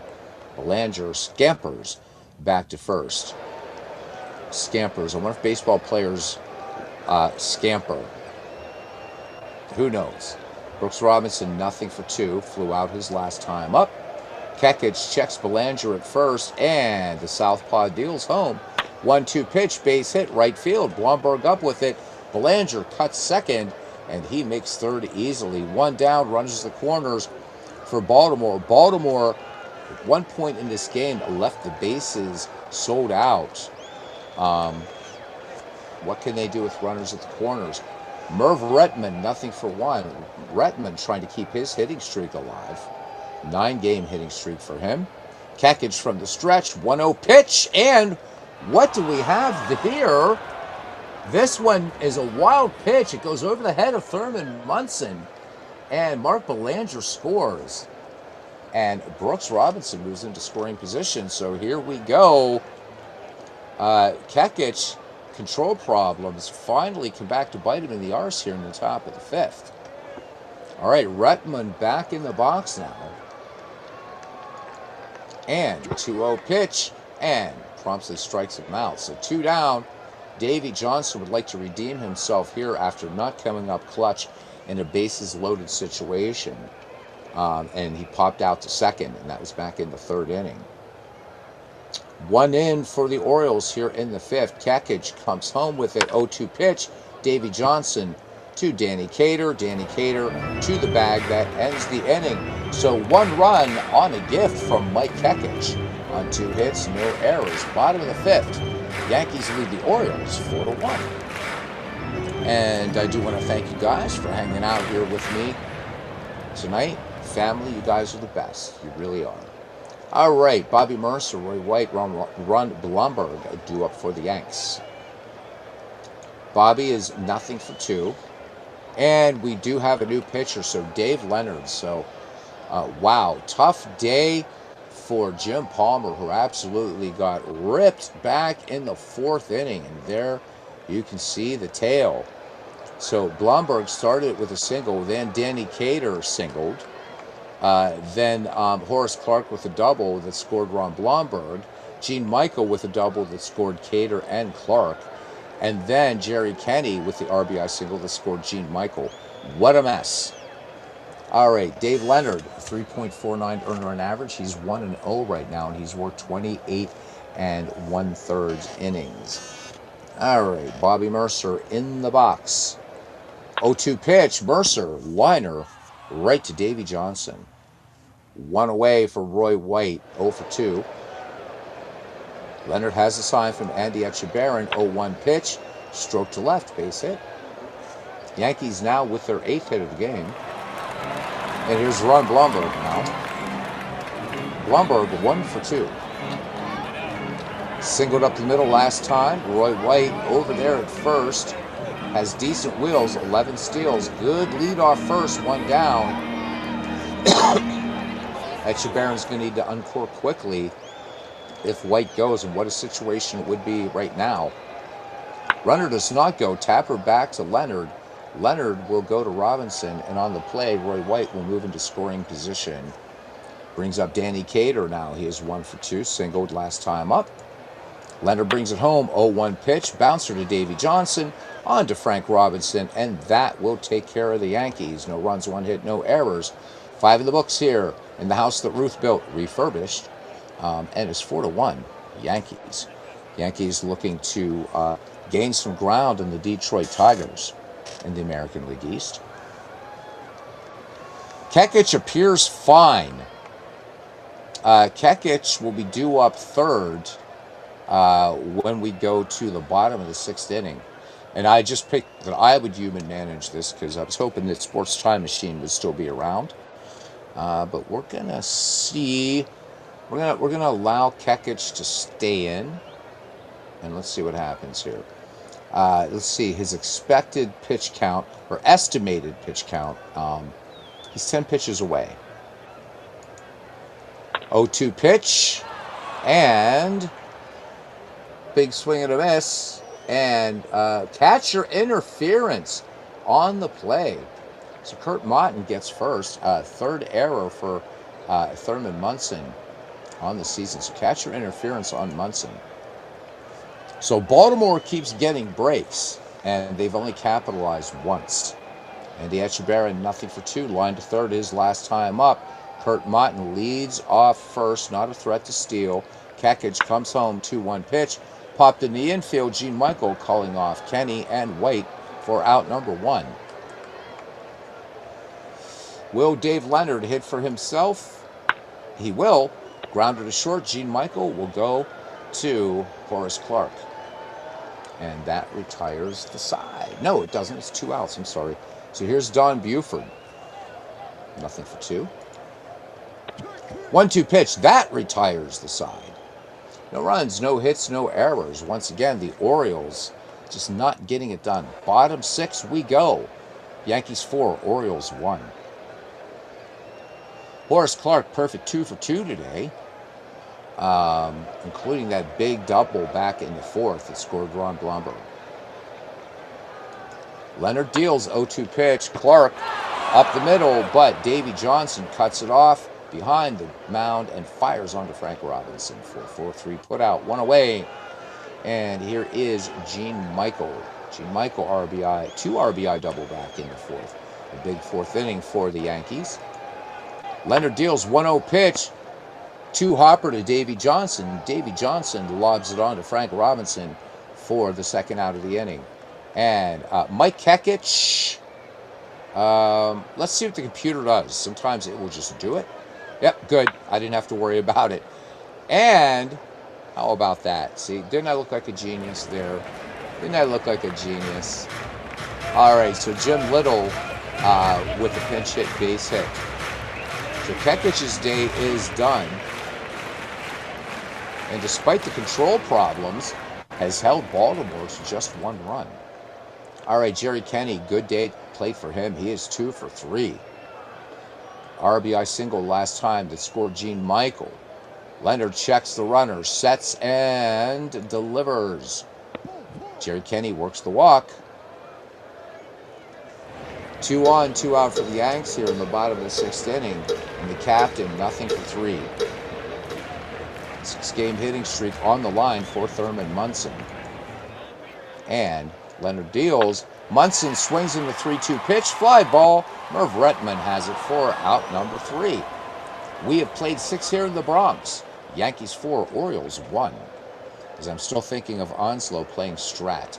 Let's see who the computer brings in as the relief pitcher for the New York Yankees. We Mark Belanger, Frank Robinson, Brooks Robinson, 2, 3, 4. Due up for the Baltimore 9. And 1-2 pitch. Danny Cater will take it to the bag himself as Al Kloster will come in relief.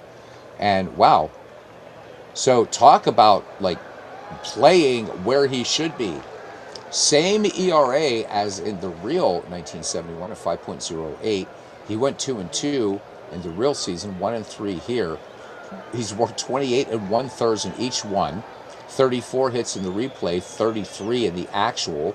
Gave up 3 home runs in the replay, 4 in actual 1971. So pretty crazy. The only real disparity here would be his strikeouts per 9 innings. It was actually 7 in 1971, but 4.8 in the replay. But Action PC is an impressively accurate game. It really is. All right, here's Frank Robinson now, batting with 1 down. And Frank is 1 for 3. Kloster deals 1-1 pitch. Hard ground ball. Diving stop by Jerry Kenny. Able to get up and get the strike over to Danny Cater.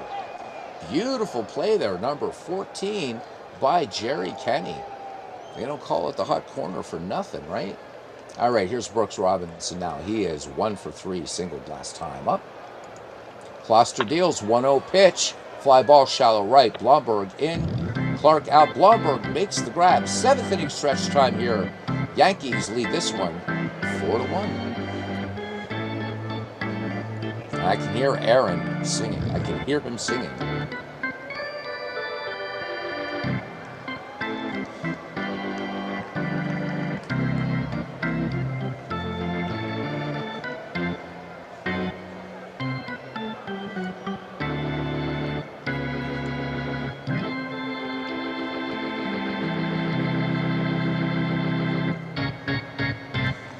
And we are back, punctuated by the end of the chorus of Take Me Out to the Ball Game.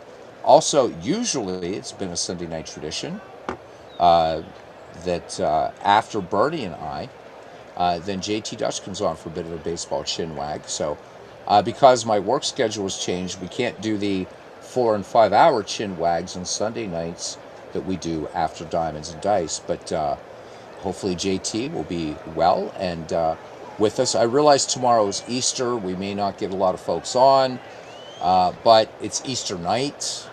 So please join us. Again, the subject for this month is games you really tried to like, but it just didn't happen for you. And you can talk about why. All right, Bobby Mercer leading things off here in the New York 7th. Mercer is 0 for 3. Dave Leonard stays on in relief. He's worked 2 in relief now. Jim Palmer, again, big story, getting beat up in the bottom of the 4th as the Yankees played it for. All right, Dave Leonard deals. And Mercer swings in the first pitch. Grounder, and Davey Johnson will get to that ball. And tosses it onto, Frank Robinson gets to it and gets it over to Dave Leonard.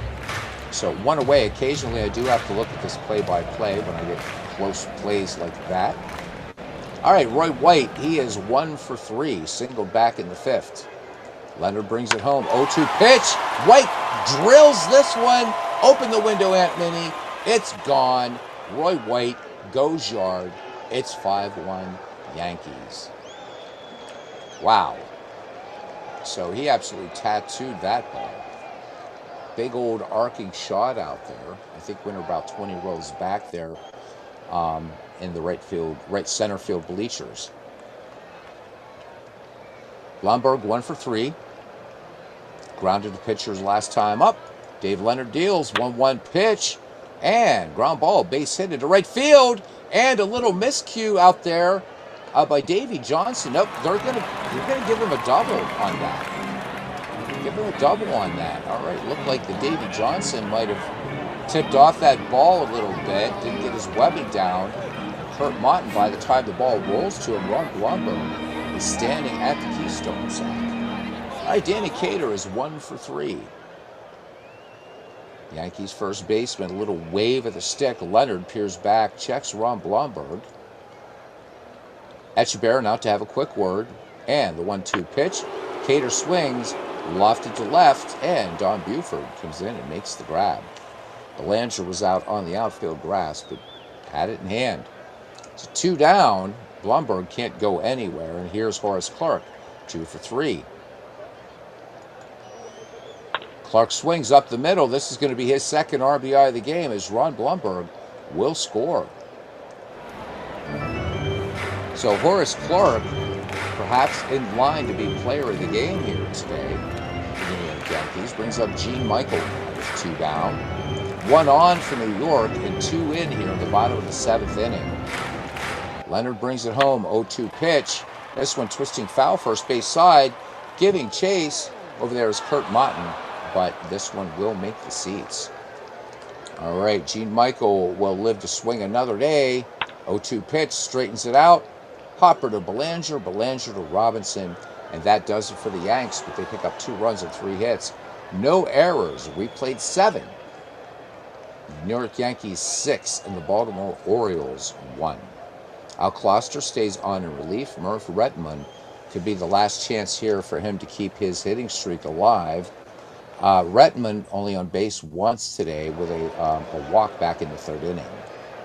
Al Kloster brings it home. 1-2 pitch. And that will be the hitting streak all over for Merv Retman. Soft liner to Gene Michael, 1 away. Davey Johnson, 1 for 3. Davey Johnson, of course, that bases loaded situation back in the 3rd. Davey popped to Horace Clarke. Kloster deals. 1-2 pitch. Davey Johnson swing and a miss at the hammer. Strike 3. Kloster picking up his first strikeout. Here's Kurt Martin now. He is 0 for 1 and made it to first last time on catcher interference. Kloster brings it home. 1-1 pitch. Ripped up the middle. Horace Clarke, though. Great stop and fires on to Danny Cater. We go to the bottom of the 8th inning. Yankees lead this one 6-1. Not to take anything away from the Yankees, as they're legit scoring runs, but Baltimore is more or less beating itself, though, too. Again, just referencing back, they've had, that bases loaded situation. They had runners at the corners. Baltimore just not moving the line. All right. Will Kloster bat for himself? With a 5-run lead, I'd let him bat, but let's see what the Yanks are going to do. Yep, they're going to let Al Kloster hit for himself.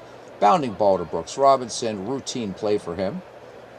Then again, if the ball was hit on the dugout roof, Robinson would somehow make it look routine. Anyhow, 1 up, 1 down. Now, as we go back to the top of the order for Jerry Kenny, he's having quite a good day today, too. 2 for 3, including an RBI. Dave Leonard stays out there. 2-1 pitch, base hit for Jerry Kenny. Jerry Kenny makes a wide turn, and he will hold it first. 3rd hit today for him.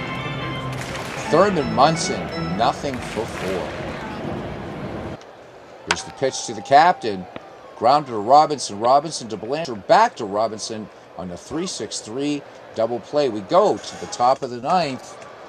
And Baltimore needs to do a lot of work. They're going to lose some ground here in the American League East, falling to a more distant 3rd place. And it will be Etchebarren, a pinch hitter for Dave Leonard, and Don Buford. Etchebarren in the game, nothing for 3. Kloster deals. 0-2 pitch, and down goes Andy Etchebarren on a fastball. Dave Leonard will not be hitting for himself. And, of course, I can't see who it is. And we will in a second, as we have an error on Horace Clarke. So an error on New York Yankees. So these teams tied in errors. Let's go ahead and close that out. Stop.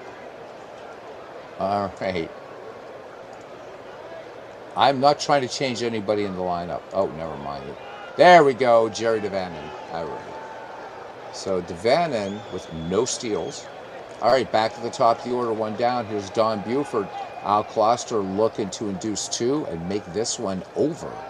1-2 pitch. He'll take the strikeout. 2 down. It's down to Mark Belanger now, who has 1 of Baltimore's 5 hits. And Kloster sets and fires. Full count. Base hit right field. And Devannon is going to make 3rd easily. Throw comes into Horace Clarke. Runners at the corners. Here we go again. And here comes the judge. Robinson is 1 for 4. Singled way back in the 1st inning. Kloster works out of the stretch. Robinson swings. This should be the ball game. Kenny up with it. Fires the strike to Danny Cater. And this wasn't even a ball game. My goodness gracious. First 3 innings, it was good. All right, let's look at our recap here, and this will be our final game for the night. I think 3 games counts as a schloat of baseball. Do we do 3? Yeah, we did 3 games tonight. All right, so the New York Yankees, 6 runs, 13 hits, and 2 errors. For the Baltimore Orioles, 1 run, 6 hits, 2 errors. Jim Palmer gets the loss. He falls to 15-6. Mike Kekich gets the win. He goes to 3-1. Mark Belanger goes 2 for 4 for the Orioles. For New York Yankees, however, Roy White 2 for 4 with a home run. Jerry Kenny 3 for 4 and a stolen base. Horace Clarke 3 for 4, 2 RBI. I think Horace Clarke deserves player of the game. No damn triples. Again, we haven't had any triples all night. What the heck is going on? All right, so Jim Palmer just went 4 innings, 4 earned runs. He did manage to fan 3. Dave Leonard came in and worked 4, 6 hits, 2 earned runs, including a homer, walked 1, and no strikeouts. Kekich gets the win in 6 innings of work, 5 hits, 1 earned run, walked 4, struck out 2. Al Kloster picks up the save, because I guess it was a save situation when he was in there. Anyhow, 3 innings pitched and gave up a hit and struck out 3. Horace Clark should be your player of the game, but let's see. And no, it's Al Kloster. No, no. I mean, come on, really? Al Kloster? Nah. Horace Clark. I'm sorry, Al Kloster. Perhaps another day. I don't see how he gets player of the game. I don't. Right? I mean, if you inherit a 4-run lead, um, but Baltimore, let's look at left on base. Where the hell is that? Blah. Where I usually don't look at left on base here. There we go. So the Yankees left 15 men on base. The Orioles left 20 on base. But the thing about the Orioles, so is these were huge situations for the Orioles. Um, and look at Davy Johnson. He's got to wear that that 4 there for quite a while. All right, let's jump out. Let's auto play this day, and then we're going to advance everything, and then we're going to get out of here. All right. Uh, First up here is Battle of Commonwealth Rivals, National League East, Pittsburgh Pirates hosting the Philadelphia Phillies, who are 17 games out of first. Rick Wise versus Bob Moose. And this one goes to the Pittsburgh Pirates, 7-3. Moose goes to 7-6. Wise falls to 15-10. Al Oliver goes 3 for 4, hits his 10th home run, and 2 runs batted in for him. So win for the Buccos today in 2026, and one here tonight in 1971. So the Bucks maintaining right now a 4.5 game lead in New York Mets. Next up, the San Francisco Giants against the Chicago Cubs. Critters versus Jenkins, and here we go. San Francisco edges Chicago 9-8. Carruthers with the win. Jenkins with the loss. Fergie at 13-10 now. Willie McCovey goes 3 for 5, hits his 17th home run, 2 runs batted in. San Francisco creeping up now. Los Angeles really underperforming. They're 14 games out. Amazing. All right, Montreal and Cincinnati, both of these teams out of it. And this is going to be McNally versus McLaughlin. Battle of the Irishmen here, although I think McLaughlin is actually a Scottish name. So Battle of the Celts. And Cincinnati blanks Montreal 6-0. McLaughlin with the win, McNally with the loss. Johnny Bench goes 2 for 4, hits his 21st home run. And this one was a 5-hitter. So Helms went 3 for 4 with a double. George Foster, I got to get a better picture of George Foster. Good Lord. 1 for 3 with a home run. No highlights for Montreal. All right, next up, Milwaukee, Kansas City, Patton versus Wright. Milwaukee takes this one 5-3. Sanders gets the save. Detroit and Boston, big game here for Detroit, as New York right now 2.5 back, Baltimore 7.5 out. So the Yankees and the Orioles watching this game with interest. Detroit versus the Red Sox. Necro versus Siebert. This one goes to the Tigers 4-3. Storm and Norman Cash goes 2 for 4. Hits 2 home runs, so numbers 27 and 28, 3 RBI in that game. So Detroit holding that 3-game lead. Cleveland and Washington out of the running, of course. 8-0 Senators. Broberg with the win, Paul with the loss. Broberg gets the complete game. 5 strikeouts and how many hits? A 2-hitter. A 2-hitter. So Broberg goes to 3-7 and goes 2 for 4 with a double. So pretending he's Walter Johnson. Dodgers and the Cardinals. Osteen versus Carlton. Even though these two teams are out of it, this would have been a great one to do, Claude Osteen and Steve Carlton. But this one goes to the Cardinals, 6-3 in 12 innings. Yeah, this would have been a good one, damn it. Drabowski with the win, Mickelson with the loss. Joe Torre, 3 for 5, hits his 19th home run, 3 runs batted in. All right, now this one is a contention game, but we're going to auto it. Mets and Braves. And the Atlanta Braves help out the Pittsburgh Pirates and themselves. The Braves defeat the Mets 9-5. House with the win. Ryan with the loss. Zoilo Versales goes 2 for 4, hits his 5th home run, 2 RBI. Padres, Astros, Arlen versus Wilson. 8-3. San Diego, Hernandez 3 for 5. 3 RBIs and a triple. California. California is still sort of kind of in it, but 7.5 out, playing 500 ball, hosting the Minnesota Twins. And California goes a game above again. Or no, yes they do. They go a game above 500. 4-2. LaRoche gets the win. Jim Cott takes the loss. Alomar goes 3 for 4, hits his third home run and 2 RBI. We're going to play this out to Thursday the 12th. So here we go. No, let's finish August. Let's finish August. There are unplayed games. No, I don't want to play out of order. Holy hell. We just play through August. There we go. Boom. All right. And we can watch the standings here. Pittsburgh really opening up now in the National League East. Dogfight in the American League West as the White Sox are keeping pace. The American League West is pretty crazy right now. Detroit, more comfortable leading out over the Yankees. Pittsburgh 8 up now on the Mets. Atlanta 4.5 up on the Giants. And as we go, we are on 14th of August. Let's see. Everything almost starting to look like it's settled. Detroit now the 4.5 game margin up on the Yankees as we continue.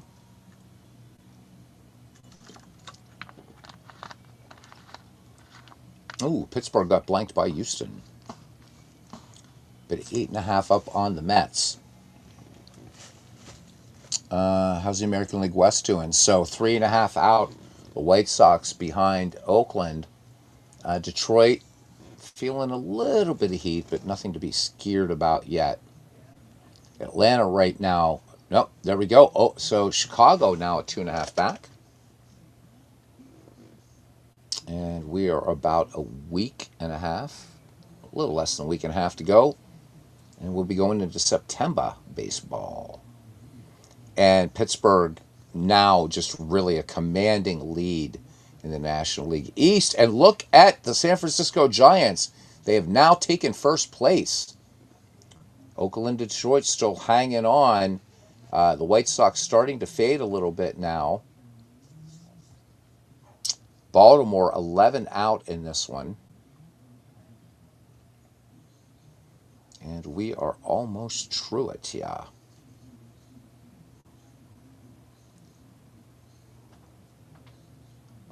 San Francisco trying to widen that lead now. Atlanta's pretty much held first place throughout this project, but San Francisco. And look at LA starting to move up now. So things getting pretty crazy here as we finish, as we've just finished August of 1971. In the National League West, the San Francisco Giants, a game and a half up on the Atlanta Braves and 9 games up on the Dodgers.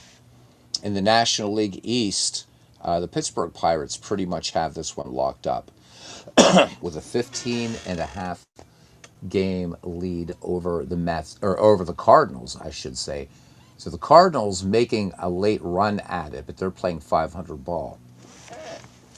In the American League West, the Oakland A's 7.5 up now on Chicago. So Chicago going into the slide. And California trying to stay in it, 3 games above 500, but they're 11.5 out. Don't see much happening in that race except Oakland, or maybe Chicago getting hot again. And finally, the Detroit Tigers feeling a little bit more confident now. 9 games up on the Yanks, 9.5 up on the Baltimore Orioles. And let's go to September 1st and see what we're going to be having here in terms of any sort of interesting matchups. So we're gonna just start looking at teams if they're just in contention. So we have a good one here. The Giants and the Braves. So Reed versus Cumberland for that battle in the National League West. So that'll be the game that we do when we return to 1971. And then just because we're going to play the New York Mets and the St. Louis Cardinals because it's Tom Seaver versus Bob Gibson. And that's it. I hope for you guys this counted as a schload of baseball because it really, really, I thought it was.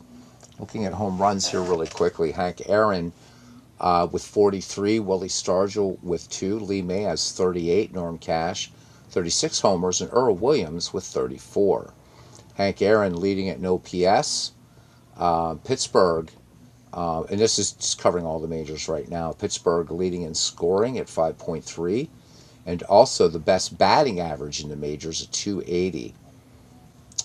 Joe Torre with 118 RBI, also leading the league in batting with 364. Yeah, it looks like it right now, Aaron. But I don't know. I mean, again, San Francisco finally making that late inning run, and this is the first time that San Francisco, for longer than a day, has held on to first place. But yeah, feeling a lot of heat there.